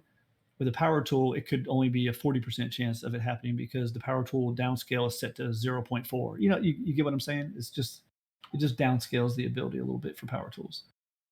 That's also not negotiable. That's a must. We tested it without doing that, and holy shit, we just won't use this plugin if that's the way it would have to be. It's just way too broken not to do that. And believe it or not, Z levels actually are downscaled with power tools also. You guys may not even realize that, but they are. We just had them downscaled to the point where they're pretty much even to use the normal tools, just faster. Any player hitting max level gets a special title, but honestly, that is pretty much going to be impossible anyway, so that's pointless. At the end of the wipe, the player with the most XP gets a bonus of 5 skill points at the start of the next wipe. Note, completely untested by us. We've not even started to test that yet. Not even sure if this will work, or not even sure if we're going to keep this enabled. Since a lot of the wipe, a lot of the per wipe stuff always breaks, like the top raider title and all that kind of stuff. You ever notice that all that stuff that's supposed to happen automatically when a new wipe starts, half the time the shit don't work? So we got to do some testing on this. If we can't get it to work, or if it's not working, we may just disable it. Just know it's in my plans that the person with the most XP at the end of the wipe is going to automatically be given 5 bonus skill points on the next wipe. And that can actually add up pretty good because, that's per wipe. That's not per force wipe. That's per wipe. So 3 wipes in a month, you could technically get a 15 extra bonus points. Well, I guess unless actually, if you count the force wipe too, you could get 20. So no durability, I already discussed that. The instant craft, I already discussed that. So that's all those notes. Before I get to the testing part in the spreadsheet, I'm going to do the spreadsheet next and then the testing. Does any admin have anything to add just so far? Not on the stuff I haven't discussed yet, but just so far. Anything you want to add before I move on? One thing I want to note, as much as I love chasing Z levels, and I'm definitely a harvest guy. Love hitting rocks, love hitting trees. The beauty of this is that you're earning points for whatever you do, and you can spend them however you want. So, if you're a PvP guy, if you're a farmer guy or gal, if you like doing harvesting, if you like running raids, you can do whatever you want and then spend those points in things that you don't do as much, but kind of want some points in. So I just think it really opens up a lot of possibilities. Yeah, it really does. When I was playtesting it myself, I was mining nodes. And I was like, man, you know what? Let me do this. And I started just going and literally searching down NPCs and just blasting their asses because I knew they gave better experience. At least for my play style, believe it or not, I think nodes actually give better experience if you look at the math. But I just started blasting NPCs, and then I was using those levels to put into my mining. And then once my mining was higher, I went and started mining nodes again. It's just like Noel said, you can really customize and tweak what you do and how you play. And that's what's cool about it is, for someone, I'm going to use Malnix again. For someone like Malnix, wants to have a mining Z level of 5 billion. Hey, ain't nothing wrong with going and doing some raid bases and farming some monuments and running an oil rig, and poof, you can put all that shit into your mining skill points. And that's kind of, honestly, I think that's pretty fucking badass that you can do anything in the game and then just spend those points accordingly to what you feel like doing next. So it's a pretty neat little feature there. Any other admin before I move on to the spreadsheet? The only thing I would say is when you do start out with the plugin, I would say read every. I don't know if you already touched this. I came in a little bit late, but just read every single skill before you.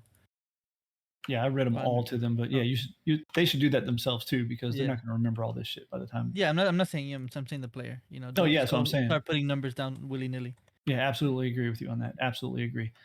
Which, again, I'll touch in a minute on why we want respecing to be hard. All right, so moving on to the spreadsheet. The only reason I'm even bothering with the spreadsheet is really just to show you guys how seriously we're taking the fact that A, we want this to be a seamless transition from Z levels, and B, we want this to be something we want all the skills to have at least some kind of usefulness to them, and at the same time, though, is we're kind of using the data to steer players into how they normally play. I purposely want you to have to put a couple skill points into your mining tools, not just go straight down the middle for perfect, Z level skill points. I want you to have to spread them out a little bit and do other things. So we're really, really doing that. Let me pull up the spreadsheet here. This is going to get real confusing. And before I do this, don't try to just memorize all the data or take screenshots of all the data because, like I said, this stuff changes. Almost every cell in this spreadsheet is actually a formula that's pulling from another cell. I can tell you right now, the entire spreadsheet has changed 3 times just today alone. So trying to screenshot this or save this and like, oh, look, I got their spreadsheet. Now I know how to, I know how to farm efficiently. I promise you, your data is going to be shit by the time this goes live. Again, it's changed 3 times completely just today alone in preparing for this meeting. So take that with a grain of salt. I'm going to pull up the spreadsheet here. At least you guys can see how much work we've really been doing on this.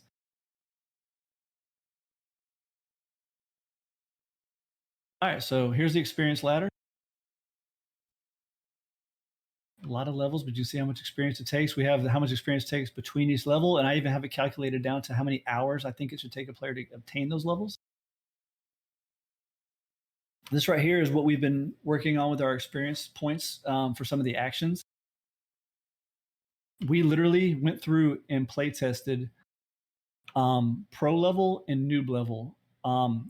What I mean by pro level is we had an admin, we had many admins play testing this, but we had an admin go through there and literally try to exploit as hard as they could.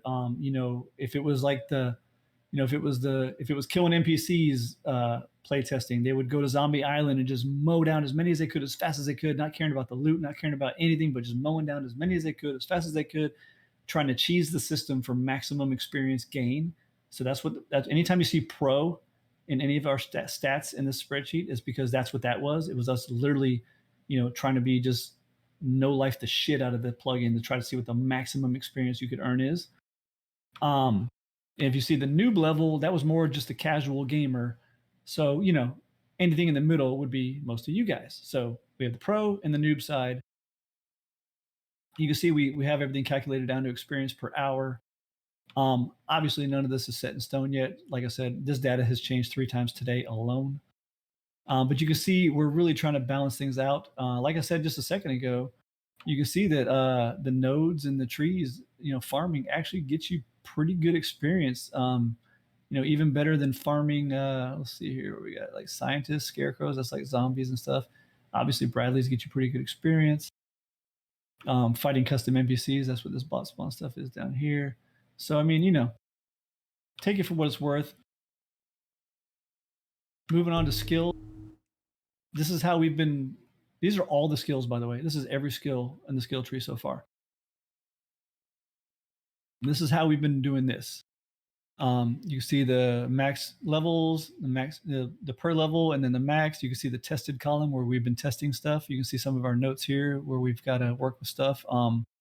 Like right there, you can see the one for the extra pockets where I say can be looted by players, setting this to only drop during PvP day. This skill right here, we're still working on testing. We're having difficulty with that one. The good news is out of all these skills, only one of them is red that we couldn't get to work. Some of the other ones we're still not done testing on. So this is all our testing we've been doing with the skills and how we've configured their percentages and all the things they do. Moving on to the next one. Here's the stats page. So if you guys follow my mouse cursor here, at the top right, we have the Z levels. And what I did was we literally went Z level by Z level and got the exact numbers on what y'all get for your Z levels right now. Then we did a study on players over God knows how much data, trying to figure out what an average player gets to naturally with Z levels per wipe. Obviously, 250 is the maximum Z level. And here's what we broke it down to.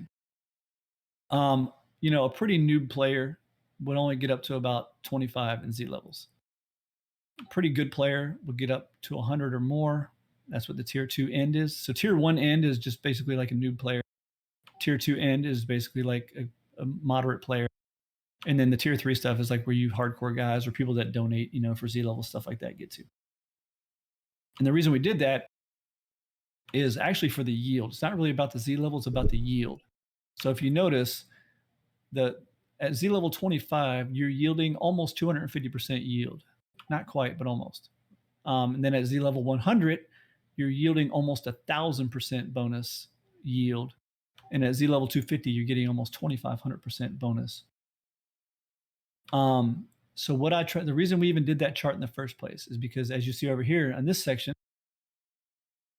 mining skills, this is my desired caps. You see they kind of match 250, 1,000, 2,500. So what I did there is this is what I wanted the skills in the skill tree to equal out to. If you notice, if you go back, if you now memorize those numbers, 250, 1,000, 2,500%, right? Go back to the skills. You notice the first mining one. You notice on the mining ones here, you got 250, 1,000, and then 1,250. So if you add all that up, it equals 2,500%. So we literally configured all the different skill trees that have to do, have their Z level counterparts or whatever. We literally configured those to where they're actually going to equal exactly the same yield as your Z levels yielded before. And that was our main goal. If I could not make that happen, we were not going to even consider this plugin, because I know how you guys are, and I know you like your Z levels, and I know you guys would be outside my door with pitchforks if I did something to your Z levels. So that's our goal here. And you can see right here the steps per each one. You can even see there's the percent bonuses per level, blah, blah, blah, blah. So then we did the hours to Z level 50, the hours to Z level 150, the hours to Z level max, which nobody has ever maxed their Z levels just with playtime, period. I don't even think anybody's even maxed them with donations before. So don't freak out because that number is so damn high for the max Z levels pro. That's hours of playtime. Again, I don't want you to get max 2,500% or 2,500% yield. No one's ever done that with Z levels. I don't want anyone to be able to do that in this either. So that's why that number is so high. But like I said, these numbers are actually formulas, and I'll tell you where these numbers are pulling that amount from in the first place. If you notice here, it's also skill points. I calculated it, and I used the most cheese, for lack of better words, I used the most cheese route I could. Like, I didn't just say, oh, well, if you max out the tier 1. No. I know how players are. What they're going to do is they're going to put 10 skill points into tier 1.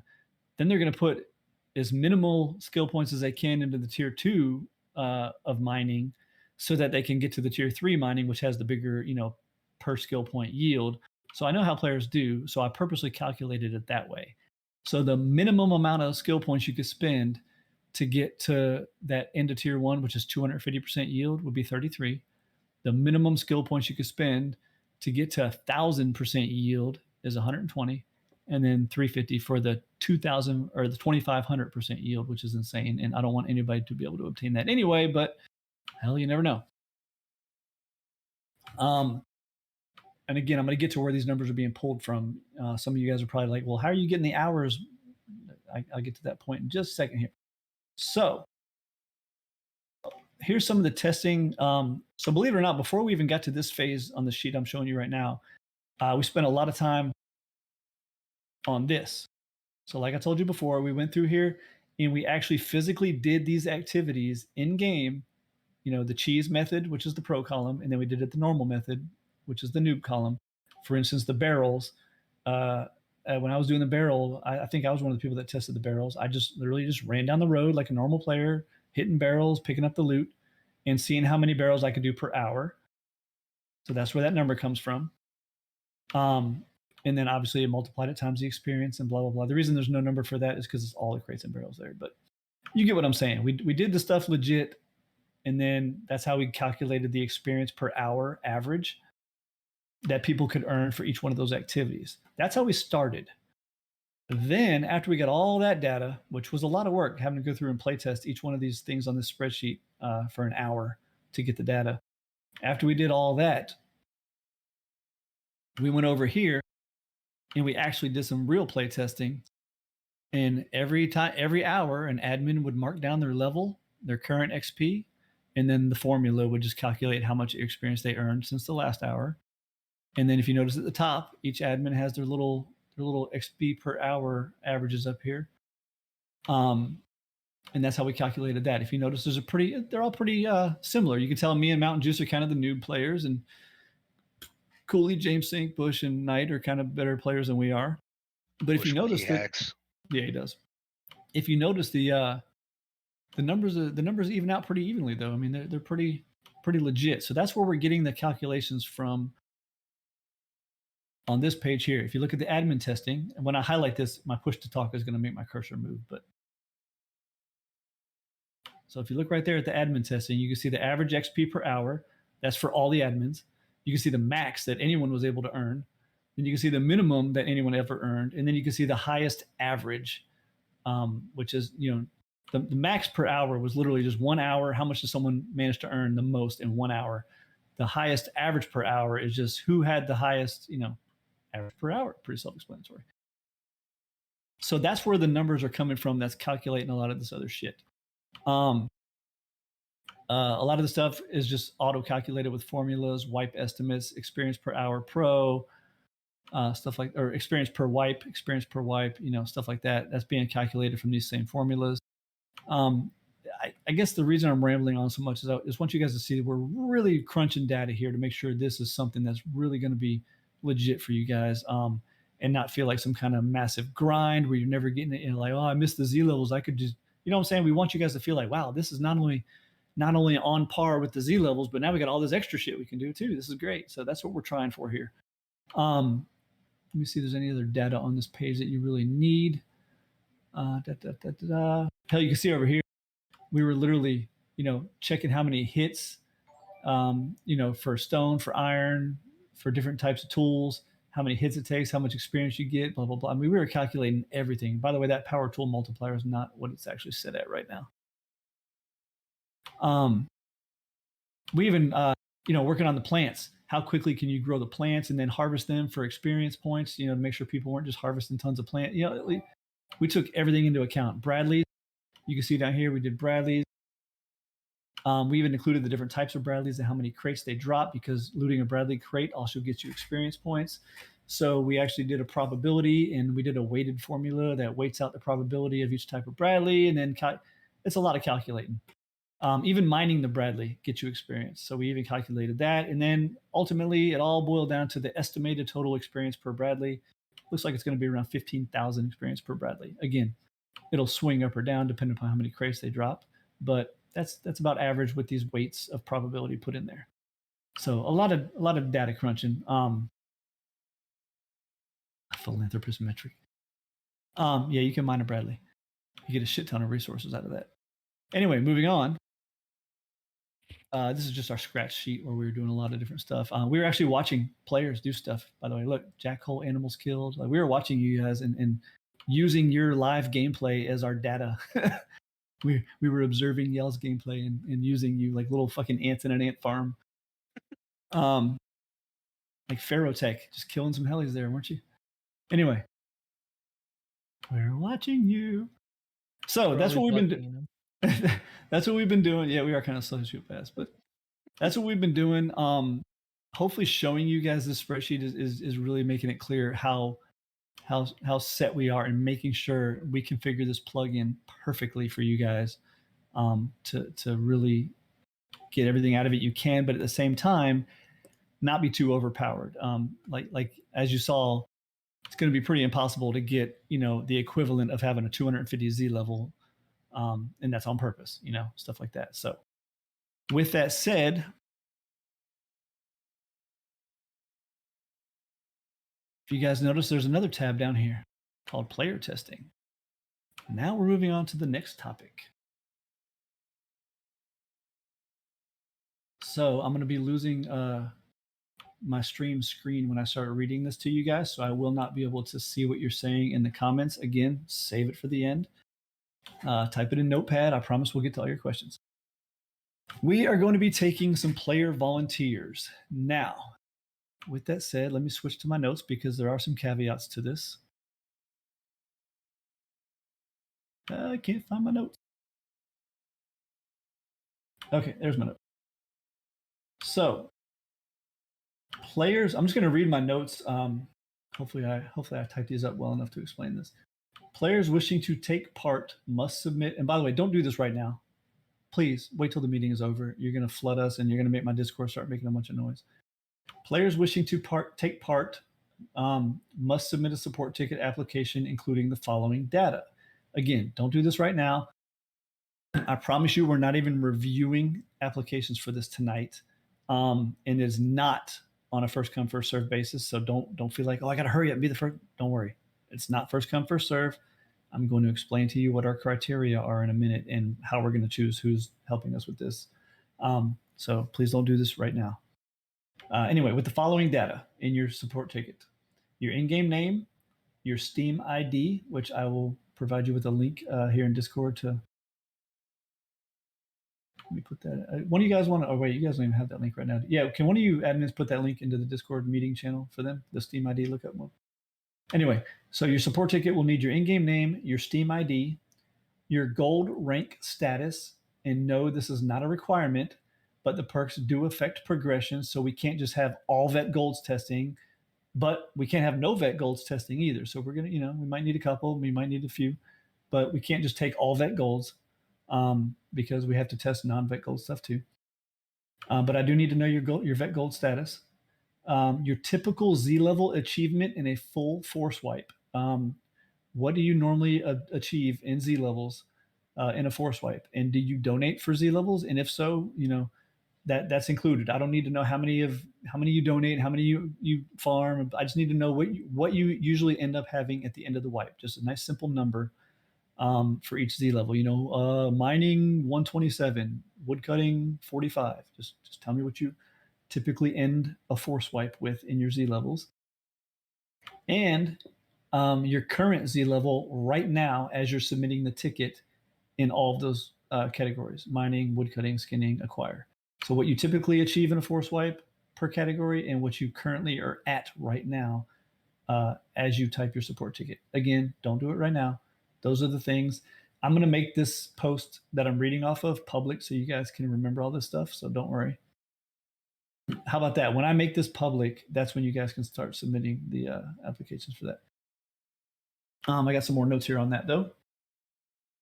We will be reviewing applicants, but giving precedence to players with the most playtime on our server, and that's overall playtime in ZL history. I hate to seem biased, but I need dedicated people that I can trust, that I know are going to actually do what I need them to do. There is some work involved in your testing, by the way, that I'm going to get to that in a minute. So again, not to sound biased, but I need people that have been around for a while and that I can trust to really help us out with this. This is really important to me, and I've worked really hard on. Well, I take that back. We have all worked really hard on this, and we take it pretty seriously. So, but again, that doesn't mean just because you don't have a lot of playtime, we're not going to accept you either. When I get down to the types of players we're looking for, that you may fall into one of those categories, which some of our long-term players may not fall into. So don't be scared off from putting in an app. We might still take you anyway. Next note: this is not a first come first serve application process. Again, we have specific player types we are looking for, and only a certain number of players for each of those types. Teammates and clanmates are not going to be accepted so go ahead and save your time and our time. Only one of you may apply. We will not be taking any players from the same team, the same group, or the same friends, or the same clan. We know who most of you are, so please just spare us the time of having to discuss it and stuff like that. You guys know who you are. If you're a nice little group or team of people, just figure out which one of you wants to be the tester, and that person puts the app in. I hate to exclude the others. It's just the way it's got to be. We are looking for people who plan on playing a lot of Rust. It does us no good if you only play a couple days in the week for a few hours. You don't need to know life the game, but we do need people who can actually, hit the champion rank in a force wipe type level of gameplay. Again, you don't have to know life it, but we need the kind of people that can achieve, like the champion rank in an entire month level of gameplay. Otherwise, what's the point? We're not getting any data. Things you do need to know before submitting an application. And pay real close attention to this, because I don't want to get asked these questions again. I don't want to accept somebody as a tester and then suddenly they're like, wait, why the hell is this happening? And I'm like, well, I did explain that. Number one, you will not have Z levels for the entire testing phase that you take part in. Let me repeat that. If you're testing this with us, you will not have Z levels for the entire time you're testing. You will be provided access to a spreadsheet similar to the one you just saw.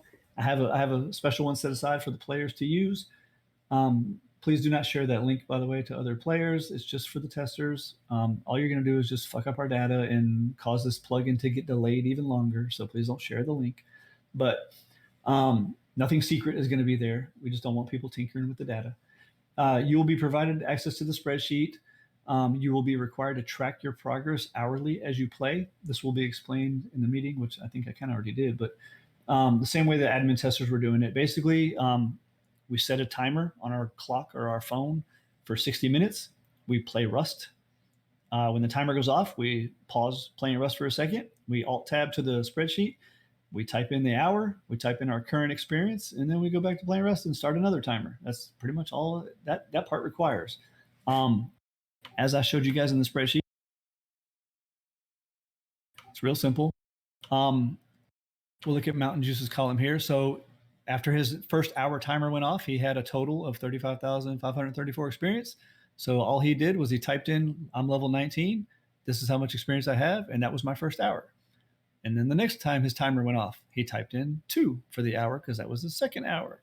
Typed in the current EXP, not how much he got in addition, but his current, and then his level. And then the right-hand column here is just a formula. It calculates that by itself, so you don't even have to fill that out.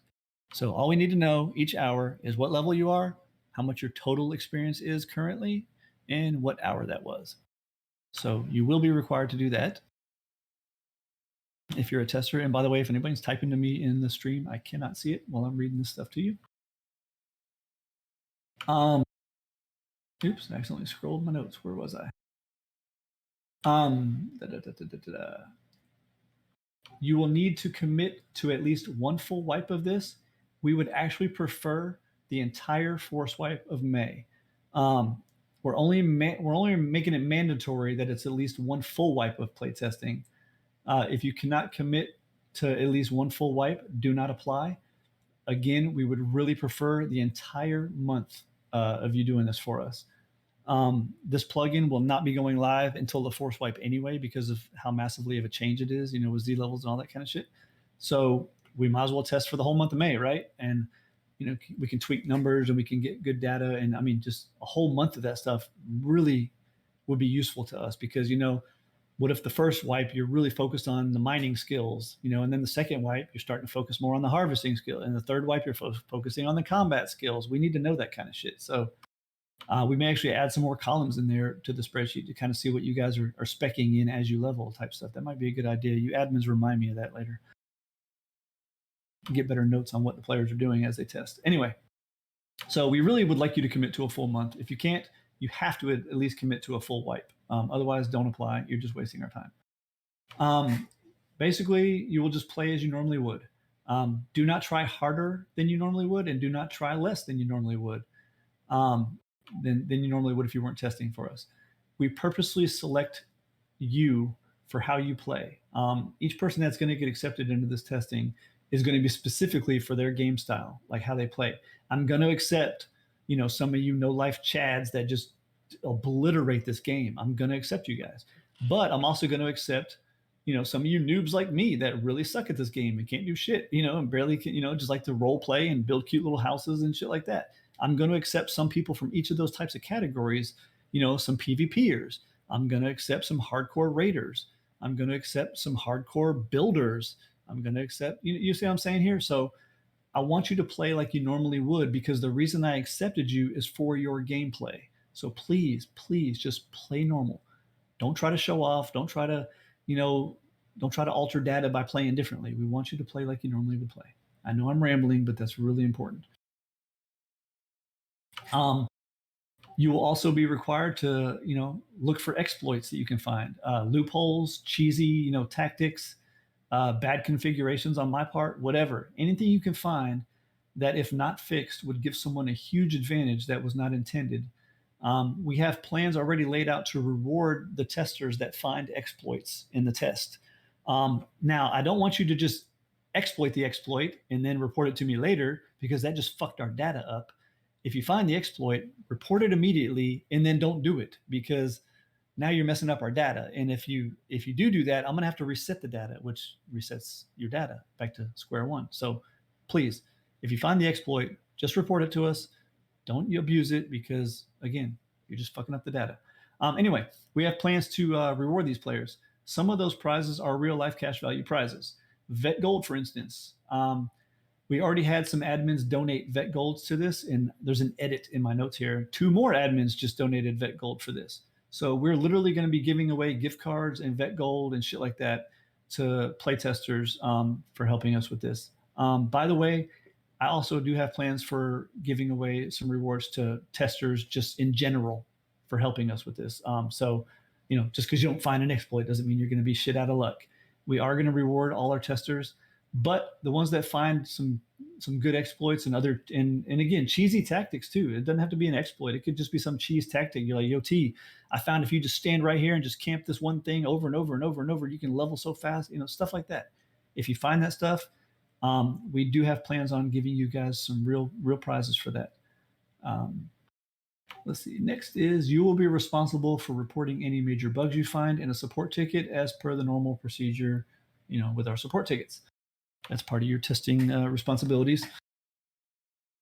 I'm almost done, by the way. I know this is really long and drawn out. We will grant all texters. We will grant all testers access to a special locked channel in Discord that only the testers and the admins can be in. Hell, it may even be a category with a couple channels. It just depends on what all we need to talk about or post.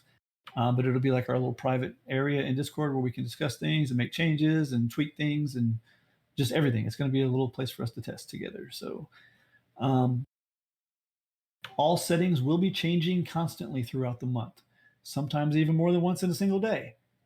Sometimes they may not change for a couple days. Some may be buffs, some may be nerfs. We do not owe you anything. We will not compensate you, et cetera, et cetera. You're testing this for us. This is not, this is not something we're giving you. If something you were using gets nerfed during the test, that is literally why we are testing this. If this is not something that you can handle or, is going to upset you, then don't apply.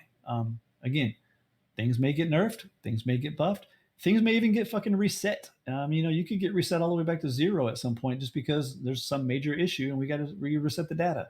Again, if this is something you cannot live with, which some of you hardcore players may not live with that, you may be like, no, fuck that. I'll stick with my Z levels for this wipe.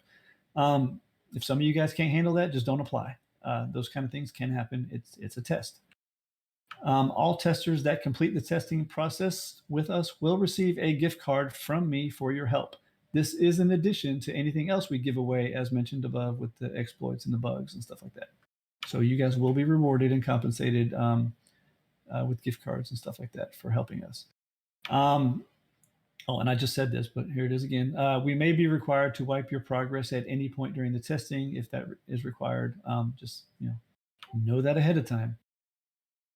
So I think that's all my notes on the testing. Any admins think of something I forgot to mention for the play testers? You guys actually tested this more than I did even, so. No. Sound about right? Covered it all there? If we do have any point in time where we do have to reset data for somebody, they are going to have to absolutely relog because it doesn't drop the buffs. Oh, yeah, absolutely. For all else, we just kick them real quick. True. So they have to relog. But yeah, that is part of it. So yeah, if we reset data, we'll let you guys know in the tester secret Discord channel, we got to reset shit. I don't foresee that happening. I hope that doesn't happen, but hey, I did have to reset the data a couple times while we were testing. Hopefully we've got it ironed out enough that we won't have to do that during this test. But if we do, we do. If you randomly get kicked off the server, I'll put in the kick reason, resetting skill data. So at least you know why you were kicked and it's no hard feelings or nothing like that. So, all right. So any other admins before I move on to the next thing here? That's it for the play testers. Anything else you can think of to mention to these guys? Rock and roll. Rock and roll. Honestly, you guys, playtesting this has actually been fucking fun. Like, I'm not gonna lie, it's a breath of fresh air in Rust. I'm gonna tell you that right now. I was actually having a blast. It's such a unique way of playing. Yeah, it really is. It's a whole new world, man. It really is a whole new world. It's everything Rust should have been. And my wife is coming here. What are you doing? I'm like, I'm testing this. She's like, it's like you're playing. I'm like, well, I am playing. I'm having fun actually. Like, well, that's not testing. Like, yeah, it is. So, oh, it's AARP is sending Mountain to bed, huh? Later, Mountain. Hey, love you, Mountain Juice. I really do, man. Good dude. All right. Let me check here, make sure I'm not missing anything. I think that might be it for the skill tree show off. I do have one other thing to show you before I stream the map. This is definitely not going to take nearly as long as skill tree did, but this is almost like a partner project to the skill trees. And you guys are, I think they're going to, what do you think, Sumi? I think they're going to fucking love this, but who knows? It's gonna be an interesting thing. They're gonna have to really, it's very in depth. Like, you really have to take time and read it all. Yeah, it's actually, real in depth. It's so far in depth that this will it'll be fun though. This will not be ready So let's say we go ahead with skill tree. Skill tree would go live on the June force wipe because, like I said, we're not going to do this in the middle of a force wipe period. This other thing I'm about to show you, that's kind of like a partner new feature to the skill trees. I don't even think that it'll be ready by the June force wipe because it is I really pretty. don't. Yeah, it's fucking complex, dude. It's complex. Yeah. So, and we just haven't had enough time to really crunch the data because we've been working so hard on the skill tree thing and skill tree. There's just so much stuff that goes into that. It's not easy to just test in a day, And the crazy thing is, what I'm about to show you guys that it can do is just the default stuff it can do. We actually have unlimited amount of creativity in this. We could literally make up our own stuff. Yeah, and it's what I do for a living. And when I say when I say make up our own stuff, like there's already 97 things it can do, and we can add as many to it as we want. Wait, you guys can't see the stream for real? It's like the radio. They It's just on take away. Twitch. Okay, then please going. don't say stuff like that. You're making me stop the whole meeting there. So the stuff I'm about to show you is like I said, it already has 97 things you can do, and we have the ability to create as many as we want extra and have them do whatever we want, and just it's limitless. So you ready for this? Shit, Sumi, what was the command to open the menu again? I forgot. ST. No, it's a different plugin. Was it recipe menu? Damn. Oh, for that, yeah. All right, cooking. Yeah. Is a whole new ball game now. Just when you thought it couldn't get any more boring than cooking some meat in a fucking barbecue. When you put it like that. So, yes, cooking. So, as you can see, my first screen here, these are actually just ingredients. You know how a lot of RPG games, to cook a complex meal, you actually have to craft and cook other things and then cook those things into an actual meal. So, you got like a cooking. So if you click on something, it tells you what it is. Ingredient, click an ingredient to see its name. You can see this takes sand, and sand is found from mining nodes in the desert. So if you find sand, you can make a glass. You see the description. This is an ingredient used to make meals. It offers no benefits. Cooking time 10 seconds, right? If you click this little star right here, it'll favorite this item so you can see it in your favorites. Yeah, who got that butter? So anyway, as you can see, there's different things you can craft like right here. And again, it's really cool because the ingredients, it even tells you click the ingredient to see where to find them at. Mm-hmm. Like cheese, you need milk and salt. Salt is collectible from rocks and ore or mining desert nodes. Milk is collected from animals. So like no shit, you can kill an animal and it may drop some milk. You can go mine a node and you may get some salt in your inventory. Oh, it gets better. Wait till you see the actual shit you're cooking. I'm just showing you the ingredients. It gets much better. So as you can see, there are tons of fucking things you can cook. And what I just said, there's 97 things already, and we can add as many as we want and make them be whatever we want them to be and do whatever we want them to do. And as you're looking at all this, you're probably thinking to yourself, okay, that's really cool, but what the fuck is the point? I'm about to show you. Yeah. The foods. You got a favorite one I should show them, Sumi, or should I just sausage? I mean, not sausage. I think it's called sausage roll. All the way to the beginning. Of course It's you're like gonna the pick. third page. Of course your ass is gonna pick a sausage. Of course, I'm gonna pick sausage, dude. It's the best All right. thing in the world. All about that roll. You like that big? You like that big 6-inch bratwurst? Oh, sausage roll. Is that the one you're talking about? Keep going one more back. That Okay, one one right more there. back. Okay, sausage. All right, that's just an ingredient though. Okay, that doesn't help me. I'm trying to show them an actual powerful one. Go back. Close Go that. back. Close it. Why? Sorry, it's too late. Now go to the next page. Okay. No, next. Sorry, it's delayed on Twitch. Oh yeah, I Next forgot page. there's a delay. Sorry. Sausage roll right there. That's what I said. Yeah, sausage roll. Okay. Yeah, that one. Sausage roll. As you can see, it takes a shit ton of ingredients here, which, a lot of these ingredients, by the way, just fall. Look, wild hemp bushes is where you can find nutmeg, so a lot of them just fall when you're doing other stuff. Another good reason to have that extra 42 pouch storage bag. This meal increases the amount of resources obtained while mining by 2 times. Double your mining yield for the duration of the buff. So if you eat have Z levels, it's double your Z levels pretty much. Pretty much, yeah. If you eat a sausage roll, you're doubling how much ore you get when you mine. And on top Um, of that, it also stacks with teas, which I'm still looking into that one, but it stacks with teas at the same time. Yep. So every one of these foods, again, some of the stuff at the beginning here is just ingredients, sugar, vodka, cheese, stuff like that. But all these foods have different buffs. Some of them are kind of weak, but they're not as many ingredients. Some of them are pretty powerful. Huh? I think Sweet Sunrise was a good one also, if I remember correctly. This meal increases the amount of resources obtained while farming by 10 times. Holy shit. Exactly. Yeah. So, but again, it takes some ingredients right here.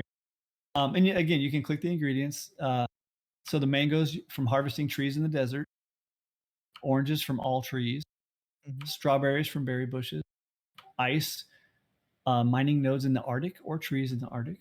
So it's really in depth and cool how you obtain the stuff, how you craft the stuff, how you make the stuff, how you combine the stuff, and then the buffs that you get for, like, basically, I foresee some of you literally role playing as a fucking chef. Like, open up a shop, open up a restaurant, farm all these ingredients out in the world, come back to your restaurant, make these meals for players who actually are going to want them. I mean, like, who the fuck's not going to want 10-time farming or double node, resources and stuff like that? So I really foresee a whole economy opening up around this feature.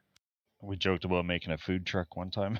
Yeah, you could make a fucking food truck even. I mean, like, I really see this because, I mean, let's face it, the current cooking in Rust, nobody needs that shit. You can just get some med pens and you're good to go. And it's so easy to find pumpkins and stuff. Who cares? But this stuff, I mean, dude, some of the buffs are kind of minor. This meal will make you feel comfortable for the duration. So basically 100% comfort for the duration. But I mean, ain't nothing wrong with that. Say you're out raiding a base or something and you're trying to heal up fast. You drink a mojito and you're at 100% comfort for, the duration of that, and helps you heal quicker. Now I want a mojito. Yeah, Right. And as you notice, that the easier they are to make, sometimes the duration is just a little shorter. Let's see. Faction sandwich. What do you got here? This meal will make you comfortable. That's a longer duration. Let's move on to some of the deeper stuff here. Pizza. Pizzas are pretty good. Oh yeah, this meal will provide you with 3 RP per barrel destroyed. I probably need to buff that a little bit. Actually, that's kind of low. Oh, by the way, everything you're seeing statistic wise, we have not changed any of the stats on this stuff. So this is literally untested right now. The only testing we've done on this plugin is Porsumi and myself and a couple other admins, just going item by item and making sure the buffs actually fucking work in the first place. You know what I'm saying? Like, hey, when I hit a barrel, do I get any extra RP? That kind of stuff. We haven't adjusted or tinkered with the stats at all. We haven't even got to that phase of testing yet. All we're doing right now is just making sure the buffs actually work. So just so you know, I don't want you to look at these buffs and be like, wow, 3 RP, that's kind of bullshit. This meal will increase your max calories to 2,000. Holy shit. Yeah. Okay. So that means your food bar down here would go all the way up to 2,000. Holy shit. That's insane. For 2 hours. Mm-hmm. Holy shit. That's pretty cool. Looks like we'll never have to worry about eating again. No shit, dude. This meal will provide you 4 RP per barrel. As you can see, some of the more complex meals, have the same type of buffs, or just better. Fried chicken. This meal will share all your consumed food with those around you, increasing their calories too. There's also another one that if you eat it, it heals everybody around you whenever you heal. Yeah, I was like, okay, so you know what? Let me do this. Let me go to the spreadsheet real quick. Yeah, because believe it or not, we actually have a spreadsheet with all the buffs so far. Mm-hmm. So here's all the recipes, by the way. Look at this. That's how much work we've been doing on this. These are all the recipes right there so far that we have. 97, I think I said, right? Oh, 91. Sorry, my bad. I guess if you don't count the title bar, 90. So 90 recipes so far. But you can see I've got it all laid out with all the ingredients, the number of ingredients, the buffs they provide. You can see where we've been testing stuff and stuff like that. The cooking buffs are right here. These are the basic buffs that are in the cooking stuff so far. I know there's only 46 of these, but there's 90 recipes. But you got to remember, some of the recipes are ingredients for other stuff. And then some of the recipes are just lower tier versions of the same buff, shorter timer, less powerful. So if you look at these buffs, though, I'll read these as quickly as I can. Anytime the consumer receives health, anyone within the... Sorry, my dog came in here. Anyone within the radius receives the same amount of health. So basically, if you eat that food and then you heal yourself, anyone around you also gets healed. That's pretty cool. The consumer receives blank additional health. This allows their health to exceed the maximum of 100. Blah, blah, blah. Anytime the consumer has their calories increased, everyone around them also has theirs increased. Will increase the calorie cap of the consumer. That's that whole 2,000 calorie thing. 100% comfort. We discussed that one. Consumer will be able to breathe underwater for the duration. That's another buff. Fire damage immunity, cold damage immunity, explosion damage reduction. All damage done to the consumer from animals and murderers and scarecrows is reduced. All damage done to the consumer from melee weapons is reduced. When the consumer enters the wounded state, for the entire duration of this effect, they are brought back to their feet instantly and receive X health and have all negative effects removed. That's a pretty good food buff. All turrets and base defenses will not target the consumer for the duration. Yes, you heard that shit correctly. Now, hear me out. Hear me out. The duration is going to be short. I mean, we're talking like 10 seconds or some stupid shit like that. Yeah. But that's pretty fucking epic. You carry a stack of whatever food that shit is on you. That's pretty badass. Anytime the consumer speaks over voice, their voice is muted and replaced with the horrible screaming sound. That's my favorite. Whenever the consumer breaks a barrel, they are rewarded with RP. We already talked about that. The consumer cannot be targeted by the Bradley for the duration. Yes, you heard that right too. You can still hurt the Bradley. He just can't hurt you. Oh, that one's an ingredient. That one's a custom command hook. The consumer instantly destroys barrel when damage is done. That's similar to the skill tree one, but it's a food. Consumer has a % chance to be fully refunded their crafting components. Again, that's similar to the skills. Some of these are similar to the skill tree one. These plugins are actually tied together. You actually gain experience points for making meals. The whole reason I even brought this up tonight. You could literally play an entire wipe as just a fucking chef and level up and do all kinds of shit. Sell your stuff for scrap, unlock your blueprints, whatever. You could be a chef. Also, I will say that there's also a market where you can sell ingredients that other. Oh, I didn't even show them the market. I forgot about that one. Yeah, I'm going to show that in just a second. Okay, yeah, I'll show the market in just a second. If any of you guys ever played World of Warcraft, you remember like the auction house, like the public auction house thing? It's kind of like that. Completely for food. Forgot about that. It's all for ingredients of food and shit. It's really cool. Let's see, where was I? Instantly destroys a barrel. Has a blank % chance to be fully refunded their crafting components. We already did that one. Receive X health every Y seconds for the duration. So that's basically passive regen when you eat the food. When you put this food in a horse's inventory, the horse will speed up by X for the duration. Imagine mixing that one with the skill tree thing. Fucking Back to the Future horse. Yeah. 1.21 gigawatts. The consumer will not take any fall damage for the duration. The consumer enters vanish mode for the duration.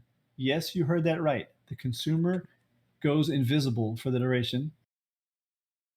The consumer will not lose any condition on their active weapon. For those of you that don't have no durability. The consumer will have better luck finding ingredients from all sources during the duration. So you chef players are out there farming trees and bushes and nodes for your ingredients and animals. Eat one of those meals and you'll find a lot more of those ingredients. Consumer has X % chance to be refunded the upgrade cost of their building materials. It's just like the skill. % chance to be refunded their scrap when researching. It's just like the skill. Consumer will have night vision enabled for the duration just by eating some food. Where was I? Oh, inherits the calorie and hydration modifier from the base food used. Oh, okay. That's just some of the stuff is behind the scenes thing. Like these aren't actual like buffs. They're just if you look at the ID number on the left here, when I'm creating new foods, I have to assign it an ID number of what it does. That's what these are for. So that's why some of these are like, wait, what? That's not a buff. Oh,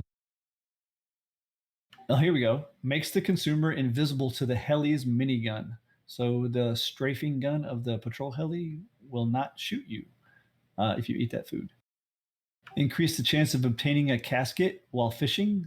Increase the amount of resources obtained while mining. Increases the resources from woodcutting, from acquiring collectibles. Those are all those buffs. adds a chance for an additional loot slot to be added containing a random component, random electrical component. Again, those are kind of similar to the skill tree ones. Use we don't have that plugin. Let's see. Adjust the speed of a mounted boat. Again, it's kind of like the other one. We'll add the player to this. Oh, that's a permission group thing. This food will prevent a player from bleeding, prevent the player from accumulating radiation. So basically, makes you immune to radiation. Resets the item max condition when it's repaired while under the effect of this buff. So basically, if you have a gun and it's got that red bar from you repairing it, if you eat the food and then go repair that gun, it's now a brand new gun. Instantly heals the user for X. So yeah, we can make food that heals you for a lot, instead of the little 5 or 10 like normal food does. Instantly smelts sulfur and metal while mining.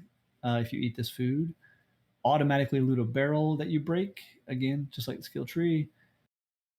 And then when a reviver brings the player out of a wounded state, that player is given hit point equal to this modifier and that buff. So that's just like the skill tree one also.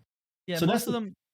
Sorry, I don't mean to cut you off. Most of them are so you can choose to either have the skill or just have the food, pretty much. Yeah. A lot of them are similar. Yeah. So, dude, we got a lot in store for you guys. Obviously, the skill stuff is coming much sooner than the cooking stuff. Just know that we are working on the cooking stuff.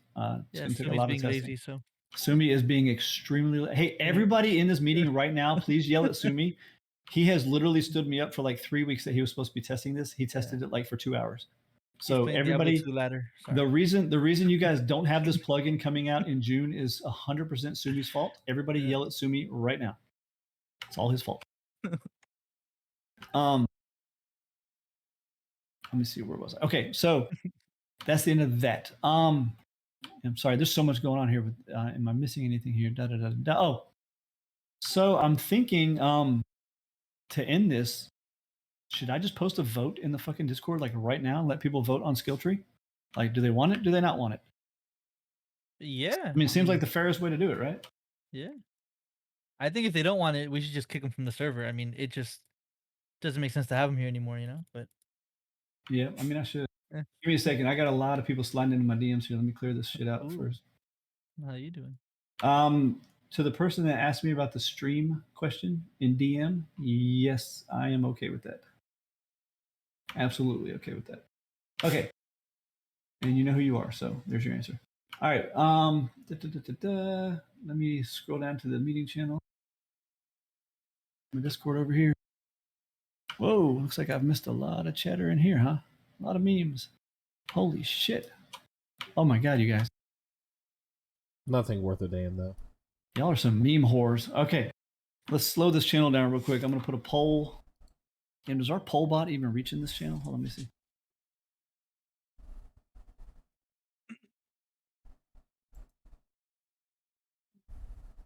No, it does not. All right.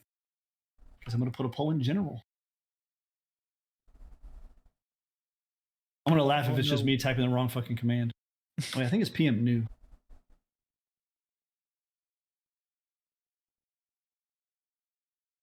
Just saying, it's not a mafia, but if you vote no, we know who you are.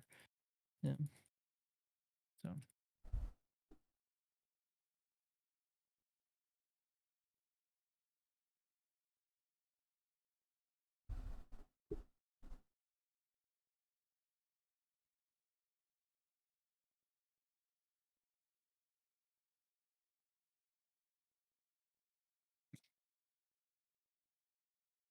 Guys, hold on. The poll's not up yet. Guys, it's not up yet. Hold on, it's not up yet. Calm your tits. Calm your tits.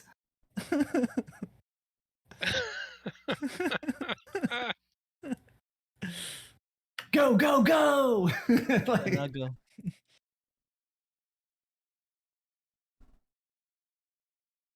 Dude, I'm telling you, like, it's... Wolfling is first. I'm going to vote no just to be that guy. I'm already that guy. Honestly, What are you talking about? honestly, I won't, man. We've worked so fucking hard on this thing. Like, I probably just gotta throw myself out the window if it's a no.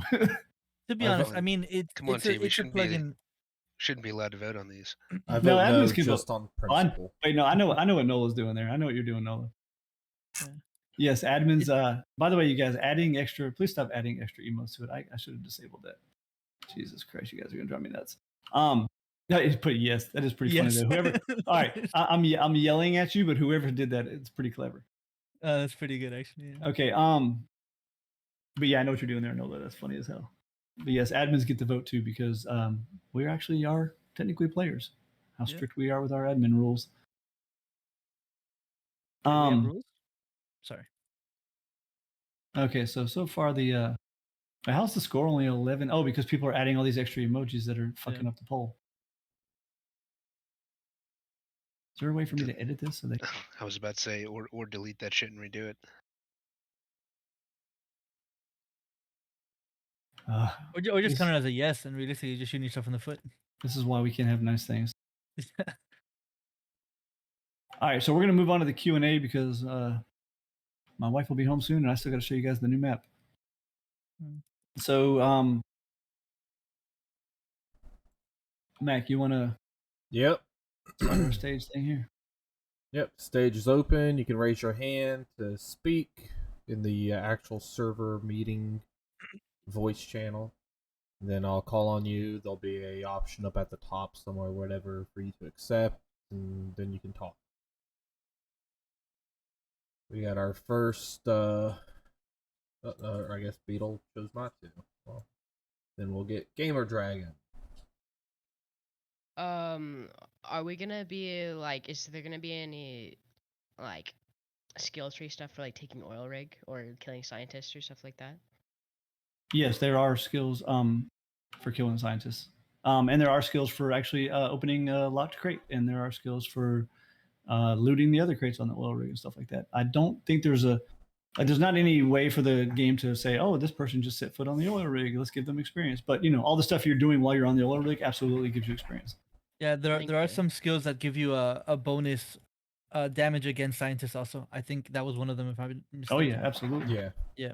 And take less damage from scientists too. There's another Correct, skill for yeah, that. that's But what I yeah, meant too, yeah. locked crates actually give you a pretty good chunk of experience compared to other crates. So yes.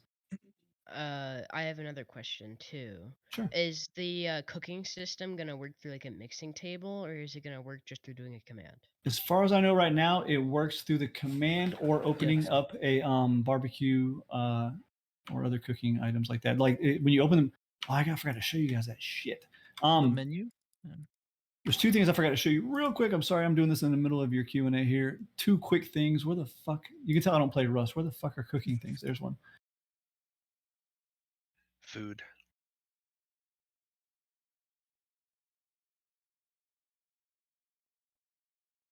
You can tell I've been playing too much 7 days. That button that just made me fly is my select button in 7 days. Okay. See cooking menu button right there? So if you open up any kind of cooking utensil, so you can still cook the normal way right here, but if you hit this button, you can get the cooking menu that way too. Or you can just type the command I typed earlier. And there's one other thing. Sumi, what the hell was I not? Oh, the market. How do you open that again, Sumi? Yeah. I forgot how it was. I think it was like market, or I forgot what it was, to be honest. All right, look that up, Sumi, while I answer the next Q&A. Okay. All right. Next we have Melgrath. Hey, are you guys able to hear me okay? Yep. Howdy.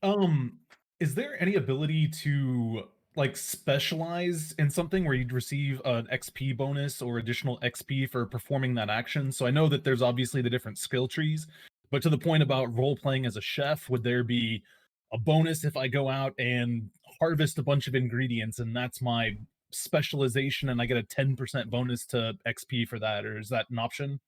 Sadly, is not. I love the idea. Maybe I'll suggest it. I'll probably actually suggest that to the plugin developer. Believe it or not, he's actually already implemented two things I asked him to do for me in this plugin. He implemented raid-based tiers. Originally, the plugin was designed that you only get a set amount of experience for raiding a base, no matter what. I convinced him to do 5 different settings so we can have a different XP amount per tier. And then I convinced him to do the drop on death for the pouches as a toggleable ability. So hopefully he'll listen to me. I actually like that suggestion. When this goes live in a month, throw that in the suggestions, the actual real suggestions thing that we have, so I remember, because I will not remember that in a month. But I'll write it down and try to remember it as well. Yeah, if you can't, yeah. See, you're the same boat I'm in. Then obviously, Well, just- yeah. But try go try and to throw it in submit that. suggestions right now, or whatever. Yeah, you can throw it in now. Just Yeah. understand I'm going to ignore it for a month. But yeah, if you Yeah. want, throw it in now. That's actually a really good idea. Again, I can't guarantee it, but I'll definitely throw that up to the developer because that's kind of a cool idea. Yeah, I guess I was just kind of thinking from like a role play suggestion. Like it'd be like it would add a role play element where if that person wants to, like I was laughing at this next play, I was going to do a hobo playthrough. Someone had recommended, and that would be insanely fun to do with like the scavenger perks or something like that. Let me tell you one cool thing I didn't mention about the cooking. Is that when I mentioned you get experience for cooking stuff, but what I didn't mention was it's based on how complex the meal is and basically the cooking time. So if you're just cooking a banana or crafting a banana, you're not going to get very much experience. But if you're crafting one of those complex meals, you can get hundreds, if not thousands, of experience. So you can really spice up your game with that stuff too. But I definitely like the suggestion and want to pass that up. That would be cool to get classes in. Sorry. The only other item I had was I noticed that the respec took paper, and currently I believe paper can only be gotten via like raids and stuff like that. Is there any plan to change the respec currency to something that's maybe more attainable, or potentially putting in paper as a purchasable item in the shop for RP? So the last part of that question, absolutely not. But yeah, we're not even set on it being paper. Honestly, we're literally just testing stuff, and the reason. So we have a couple criteria, and I forgot to explain this in the meeting, so that's why this is going to be a drawn-out answer. The reason we want respecing to be so difficult is because it not being difficult opens up a huge possibility to exploits. And what I mean by that is, I can only go so far in preventing players from obtaining, Z level 250, which is supposed to be impossible to obtain. I can only go so far in doing that because the more I lean into preventing that from happening, the more I'm leaning into preventing you from branching out and doing other skills too. And I don't want to do that. So the reason I want to make respec so hard is this. Say some player does just gun it straight for mining only. They just want to get that 250 Z level of mining and nothing else. They don't give a shit. Again, I can't prevent that because if I do, I'm now preventing other players from, having enough skill points to do the stuff they want to do. So the way I'm preventing that kind of stuff and the exploits that can come from that is by making it hard to respec. And the reason I say that is because, so let's say, and I'm going to pick on some players here, and it's not meant to be in a bad way. This is just meant to be, and you guys are fucking power players, and I'm picking names because that's who you are. So let's say, the big dog team that built that giant base this wipe, we all know who I'm talking about. Let's say that, Gringo's like, all right, I'm going to be the guy out there harvesting and hitting shit. You are going to be the guy that does all the mining. So you spend all your skill points on mining only. I'm going to spend all my skill points on harvesting only. Yeah. And then once we get our giant base built up, we can respec all that shit and put it into PvP for the last day of the wipe. You see what I'm getting at with that? It really opens up a lot of doors to exploits that we don't want happening. I don't want someone being able to build a 250 Z level mining base and then turn around and respec all that shit right back into being some badass PvP Chad that can now, have, crits and damage reductions. It's just not fair to be able to do that. Now, granted, I can't just completely stop people from respecing because that's fucked up. So we're trying to find the nice middle. And I know you plan on doing that kind of stuff, Trouble. You're one of the people I'm talking about. So again, and I can't stop it. I can't stop a smart team from having one guy spec mining, one guy spec trees, one guy spec building, one guy spec crafting. I can't stop that. But what I can do is slow them down when it comes to, okay, we did all we wanted to do. Now we got a 5-grid base. Let's all respec now into PvP. You see what I'm getting at? So I want to try to at least slow that down a little bit by making respec pretty fucking hardcore. Again, that's kind of why we discussed maybe offering one free respec.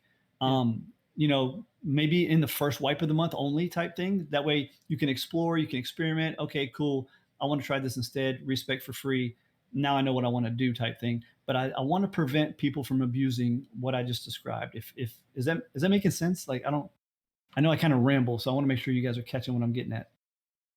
No, I got it. That makes sense. Like I said, the only reason I'd mentioned the paper thing was just seeing that it was like 200 and some paper. I was like, I don't know if I can get that in a wipe. Well, the thing with the paper, you have to remember, it also scales with how many points you wanna respec. So you don't have to respec your whole entire skill tree. You can just do. If I might be mistaken here, but you can just do. No, it's how many you've spent so far. No, it's how many you've spent so far. Okay. So it's everything. But so if you were looking at my screen, it probably held by now. It probably said like 1,500 paper or some shit because I just gave myself a ton of points to test with. But it's based on per skill point. So if you've gone 30 skill points deep and it's 2 paper per skill point, it'd be 60 paper. And now the answer to your last question, the reason I'm not changing what your last question asked me, the reason paper is difficult to come by is because we had an issue. I guess you could technically call it inflation. Players that have amassed so much RP, we used to actually sell everything in the RP store in game.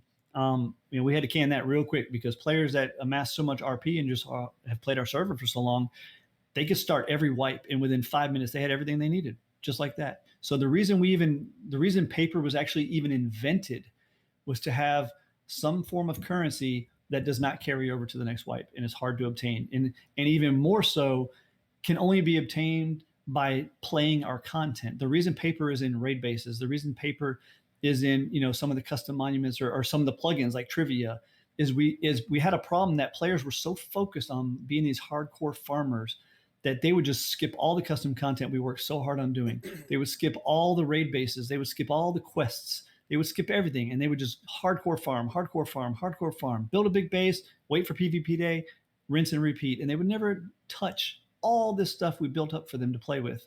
So we made paper as a way to A, have a currency that doesn't carry over so people can't just amass tons of wealth, and B, force players to actually get out there and explore our content. So that's actually the purpose of paper and why it will never be for sale like that. No, makes sense. Cool. I was gonna say I have another one if there's no other hands raised, but if not, I've talked plenty, so I will step back and re-raise. Okay. Cool. Next we have Beetle. Yo. Can you guys hear me? Yep. Yeah. I mean, I was just thinking about your what you're trying to do is just like you're trying to avoid people having the imbalance of, like I'm going to go out, Mike's going to get level 50 or 200 in mining, and I'm, going to be giving all his shit away or something, and he's not going to have a high, say wood. Have you guys thought about doing some form of like RNG, essentially, that increases with disproportion? This is not part of the plugin. There's no way we can do it. What do you mean by RNG though? Sorry. Well, I mean, like the chance that you're gonna get, say, you're gonna get Heli calling me just randomly applied to you because you've got a level sorry for my language. Level 250, mining or acquire.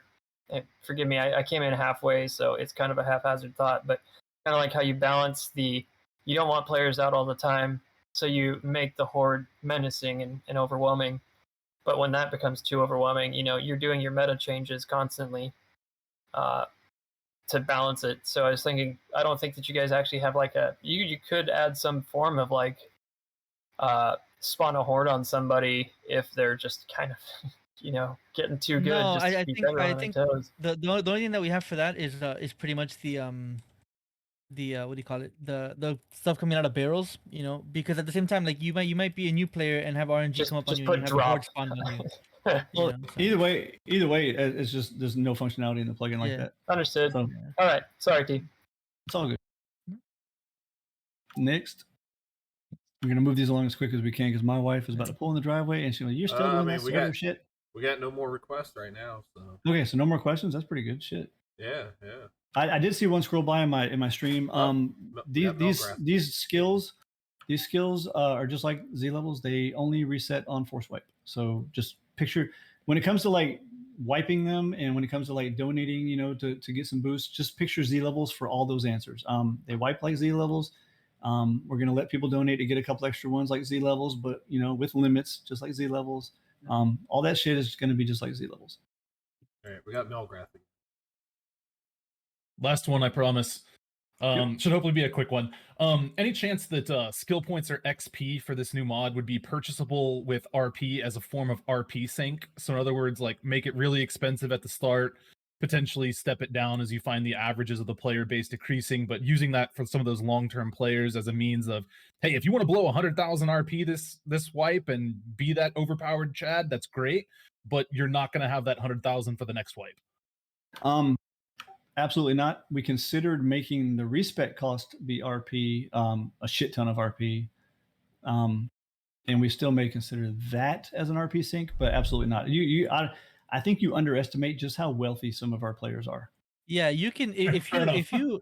if you play correctly, and I say correctly, if you're gonna be a Chad, you can gather a lot of RP within a couple hours. You know, so Yeah, it's we actually have pretty simple. we have players that literally could have Z level 250 in all categories Yeah. every single wipe for the rest of our server's existence with RP. Like that's how bad some of it is. Like we've got some loyal players, man. We've been here for 3 years, and we've got some players that have played just nonstop, man. Like we got some. Probably several players that are in the millions of RP. Yeah, millions of Yeah. RP easily, and could earn it back pretty quickly. By the way, the ones I'm talking about, I love you guys, man. The loyalty is fucking insane to me. Absolutely insane to me. Frisk, what did I tell you about posting my selfies in this chat, dude? Come on, man. Now everybody's gonna see me in my underwear. Come on, dude. I mean, everybody's seen it anyway. She's just not in that Discord. I know, right? Hey, did you guys like my nudity comment earlier in the game? I meant my dog, by the way. See my dog? He's down there. He's nude. Yeah, of course. Yeah. Well, he was. No, we don't see your dog. That's what the kids are calling it these days, guys. It's because he pulled his pants back up. Yep. I had to turn the game off because his wife's about to be home. She walks in here on live on camera. Be pissed. Tell us OnlyFans, dude. Right? Yeah. You gotta pay for her. You gotta pay for it. Yeah. You gotta pay rent. Any other questions about this plug? I've seen a lot of people type in, but I can't really catch these Discord ones going by. So if you have a question about this stuff, man, now's your chance to ask it. I'm trying to keep on top of the Discord stuff. Hobbs, this entire stream's recorded and it will be posted later. Yeah, we will post this entire meeting in the announcements channel later if you missed the beginning or something like that. Yeah. All right. Well, I'm turning off the request for speaking. Okay, so let me scroll up here, and I'm guessing our poll probably passed, right? Oh yeah, flying color. Who are the two dickheads here? Let's see. Wait, doesn't it show me? Wait, who we got? Mouse. Baron, really? I knew Mac would be one, but Baron, come on, man. I thought we were tight. For what? I think he just didn't want to be alone. All those nights we played Dota together, Baron. Really? Come on, man. That's fucked up, dude. He just didn't Right, want anyway, to be alone. honestly, hey, so just to kind of close the meeting down and get on to the end here. I'm actually really excited. You guys seem to overwhelmingly approve of this. I'm not gonna lie, I was really scared about some of our power players. You know, all the guys who in chat right now keep saying he's talking about me. You know, Trouble, Adopted, Gringo, just, you know, all the power players. I'm not gonna lie, I was really nervous, like stomach in knots about this plugin with you guys, and how you would react to the whole thing. And believe it or not, you guys, I'm gonna sleep well tonight. You guys really made me feel good about this. And honestly, me telling you how nervous I was about pitching this idea to you should tell you all the players, not just the power ones, how much I care about you all and y'all's opinion and your enjoyment of our servers. I mean, ultimately, this is y'all's server. If we don't have players, we don't have a fucking server. So ultimately, our goal here is to make sure you guys have the best experience you can have out of any Rust server. Let's face it, Rust is lacking in a lot of areas, and we try our best to make up for that with cool stuff like this. So believe it or not, I was extremely stressed about this announcement and reveal, and I'm very, very happy right now. It's left me in a great mood.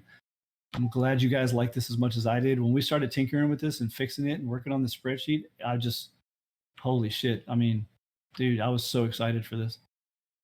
Yeah, that spreadsheet. Yeah, that spreadsheet I've been showing you guys tonight.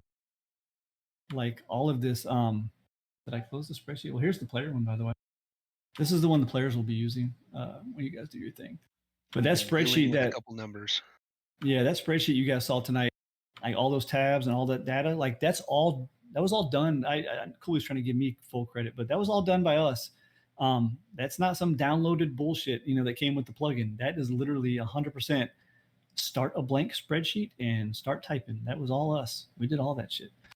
So, and yes, we do have you divvy out 2 well-deserved earned players bet gold for me. Just buy gift cards and you can donate. People do this all the time. People buy gift cards all the time and then just open a support ticket and say, hey, I bought these gift cards. I'd like to donate them to some players, blah, blah, blah. And hell, we used to have contests or we can put them in the prize giveaway channel right here. How did I click it and it scrolled away? But we can put them in there as a giveaway. We can do all kinds of stuff like that. We do that kind of shit all the time. Feel free. Market. That was it. Okay, yeah. So here it is. Last thing, real quick. So here's the market in the plugin, the cooking plugin. So if you have items, this is a global market for all players. So you can and notice that it has 0 available. It means nobody's put any apples up on the market yet. So say you're out there farming trees and you keep getting apples and you're like, well, I'm not doing that cooking shit. You can sell the apples for RP to the market, and now they'll be available for other players who do want to actually do the cooking stuff to buy them for RP from the market. And if you notice, all the ingredients are in here. So you can literally run your whole wipe as a fucking chef and have a market right here. You don't even have to use vending machines. It's all right here. So pretty cool. It's an ingredients market. So that's a pretty neat feature too.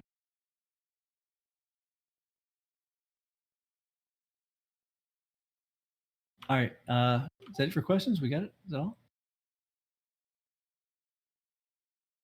Oh, I'm in the wrong fucking channel.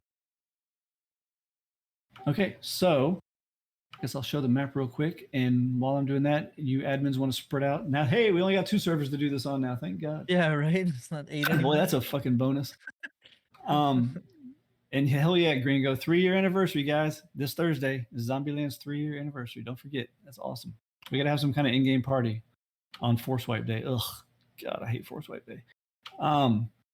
Maybe we could celebrate Friday since Force Wipe Day is such a bitch.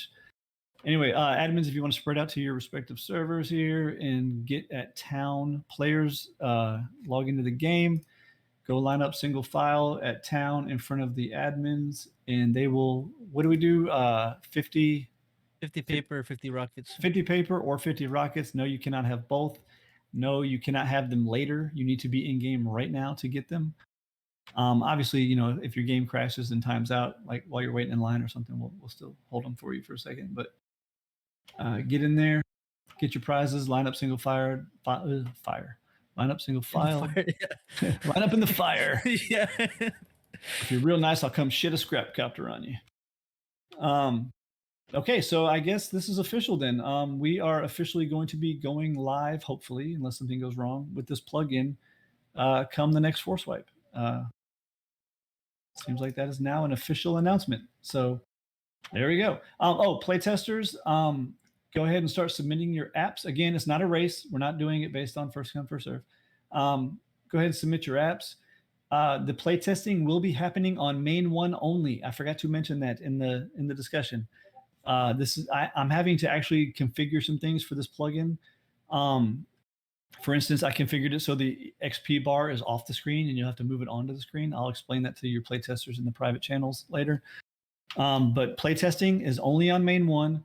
You will lose your Z levels. Again, you know, this starts Thursday for the Force Wipe. You will not have any Z levels for the duration of the testing, which is going to be going for the whole month of May, or the whole Force Wipe. And what did I say? Oh yeah, main 1. Make sure you understand that. Anything else I got to think of for these playtesters? Oh, and some of the features are not going to be able to be tested. Because it would require me so in other words, like the no durability stuff, I'm not going to blacklist the tools that I told you are going to be blacklisted in no durability, because main 1 is a live server. All the other players who aren't playtesting are going to be like, the fuck, why is my hatchet, you know, taking durability suddenly? So, you know, and the same thing with like the instant craft of rockets and shit like that. So some of the playtesting is going to be kind of pointless because I'm not switching those features over just yet, because I don't want to interfere with other players' gameplay. And again, hey, I'm sorry that we can't do this on main 2 also.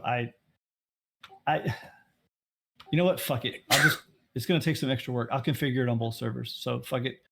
Main 1 and main 2, I'll accept playtesters for either. It doesn't matter. Matter of fact, don't even tell me what fucking server you're on when you apply. That way you don't have to think, oh, he's just being biased because he didn't want to reconfigure the server. Just put your app in.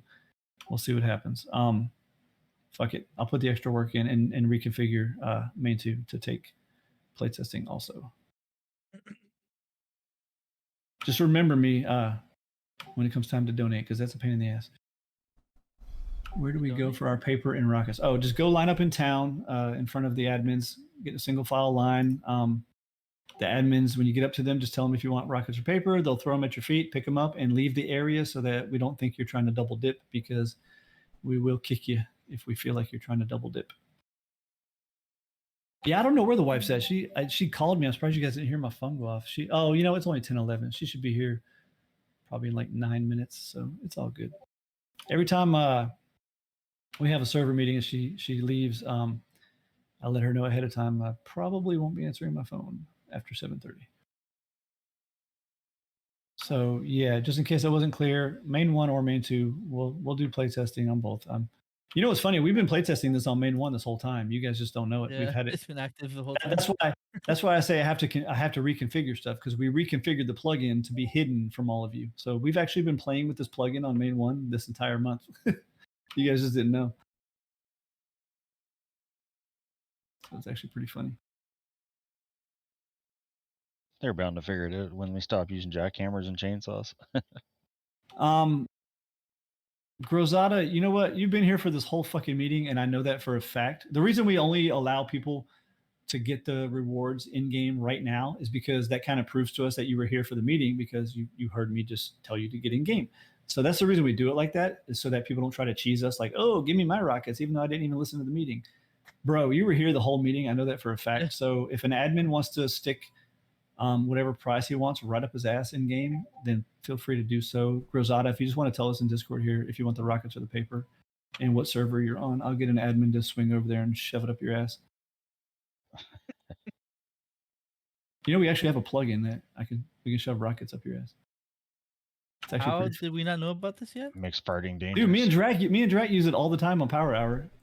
I can shove a rocket up your ass. On Power Hour. Yeah, we only turn it on during Power Hour. I can shove a rocket up your ass. fun. I can have a shark come out of the ground and kill you. I think Komomo does that shit. Yeah, come on. Yeah, we have that plugin. Can I use it for Halloween? Asking for a friend. Oh, do we still have slow mode on here? Yeah, turn slow mode back off. Asking for a friend. These poor people can't type right now. Maybe do like 1 HP and have it on for Halloween. All right, there you go. Slow mode's off now. You can type. So Grozada, just so you want rockets? Am I reading that correctly? Rocket Rebel, it's all good, man. My wife's pretty. Oh, I just heard the garage door too. She's pretty understanding. She knows I get passionate about shit, and if you guys don't know, I've got mental fucking issues. I really do, like workaholic. Like I get very obsessive with things that I work on. So she knows once I get focused on something like this, that there's just no point in even trying to fight. I'm very obsessive. Okay, what server are you on, Grozetta? Main 1. Okay, he's on main 1. So if one of you admins can go shove some rockets in his ass, he wants his rockets. Deadshot and Crier here. Okay, cool.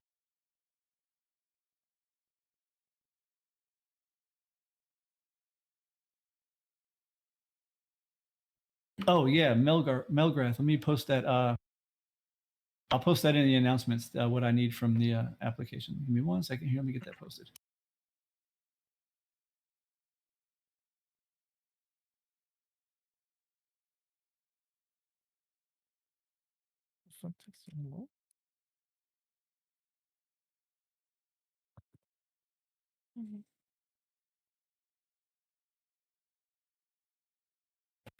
What was the name of the player, T? Hold on, I'm in a different His window name now. is Grozata. Grozatta. Yeah. You want me-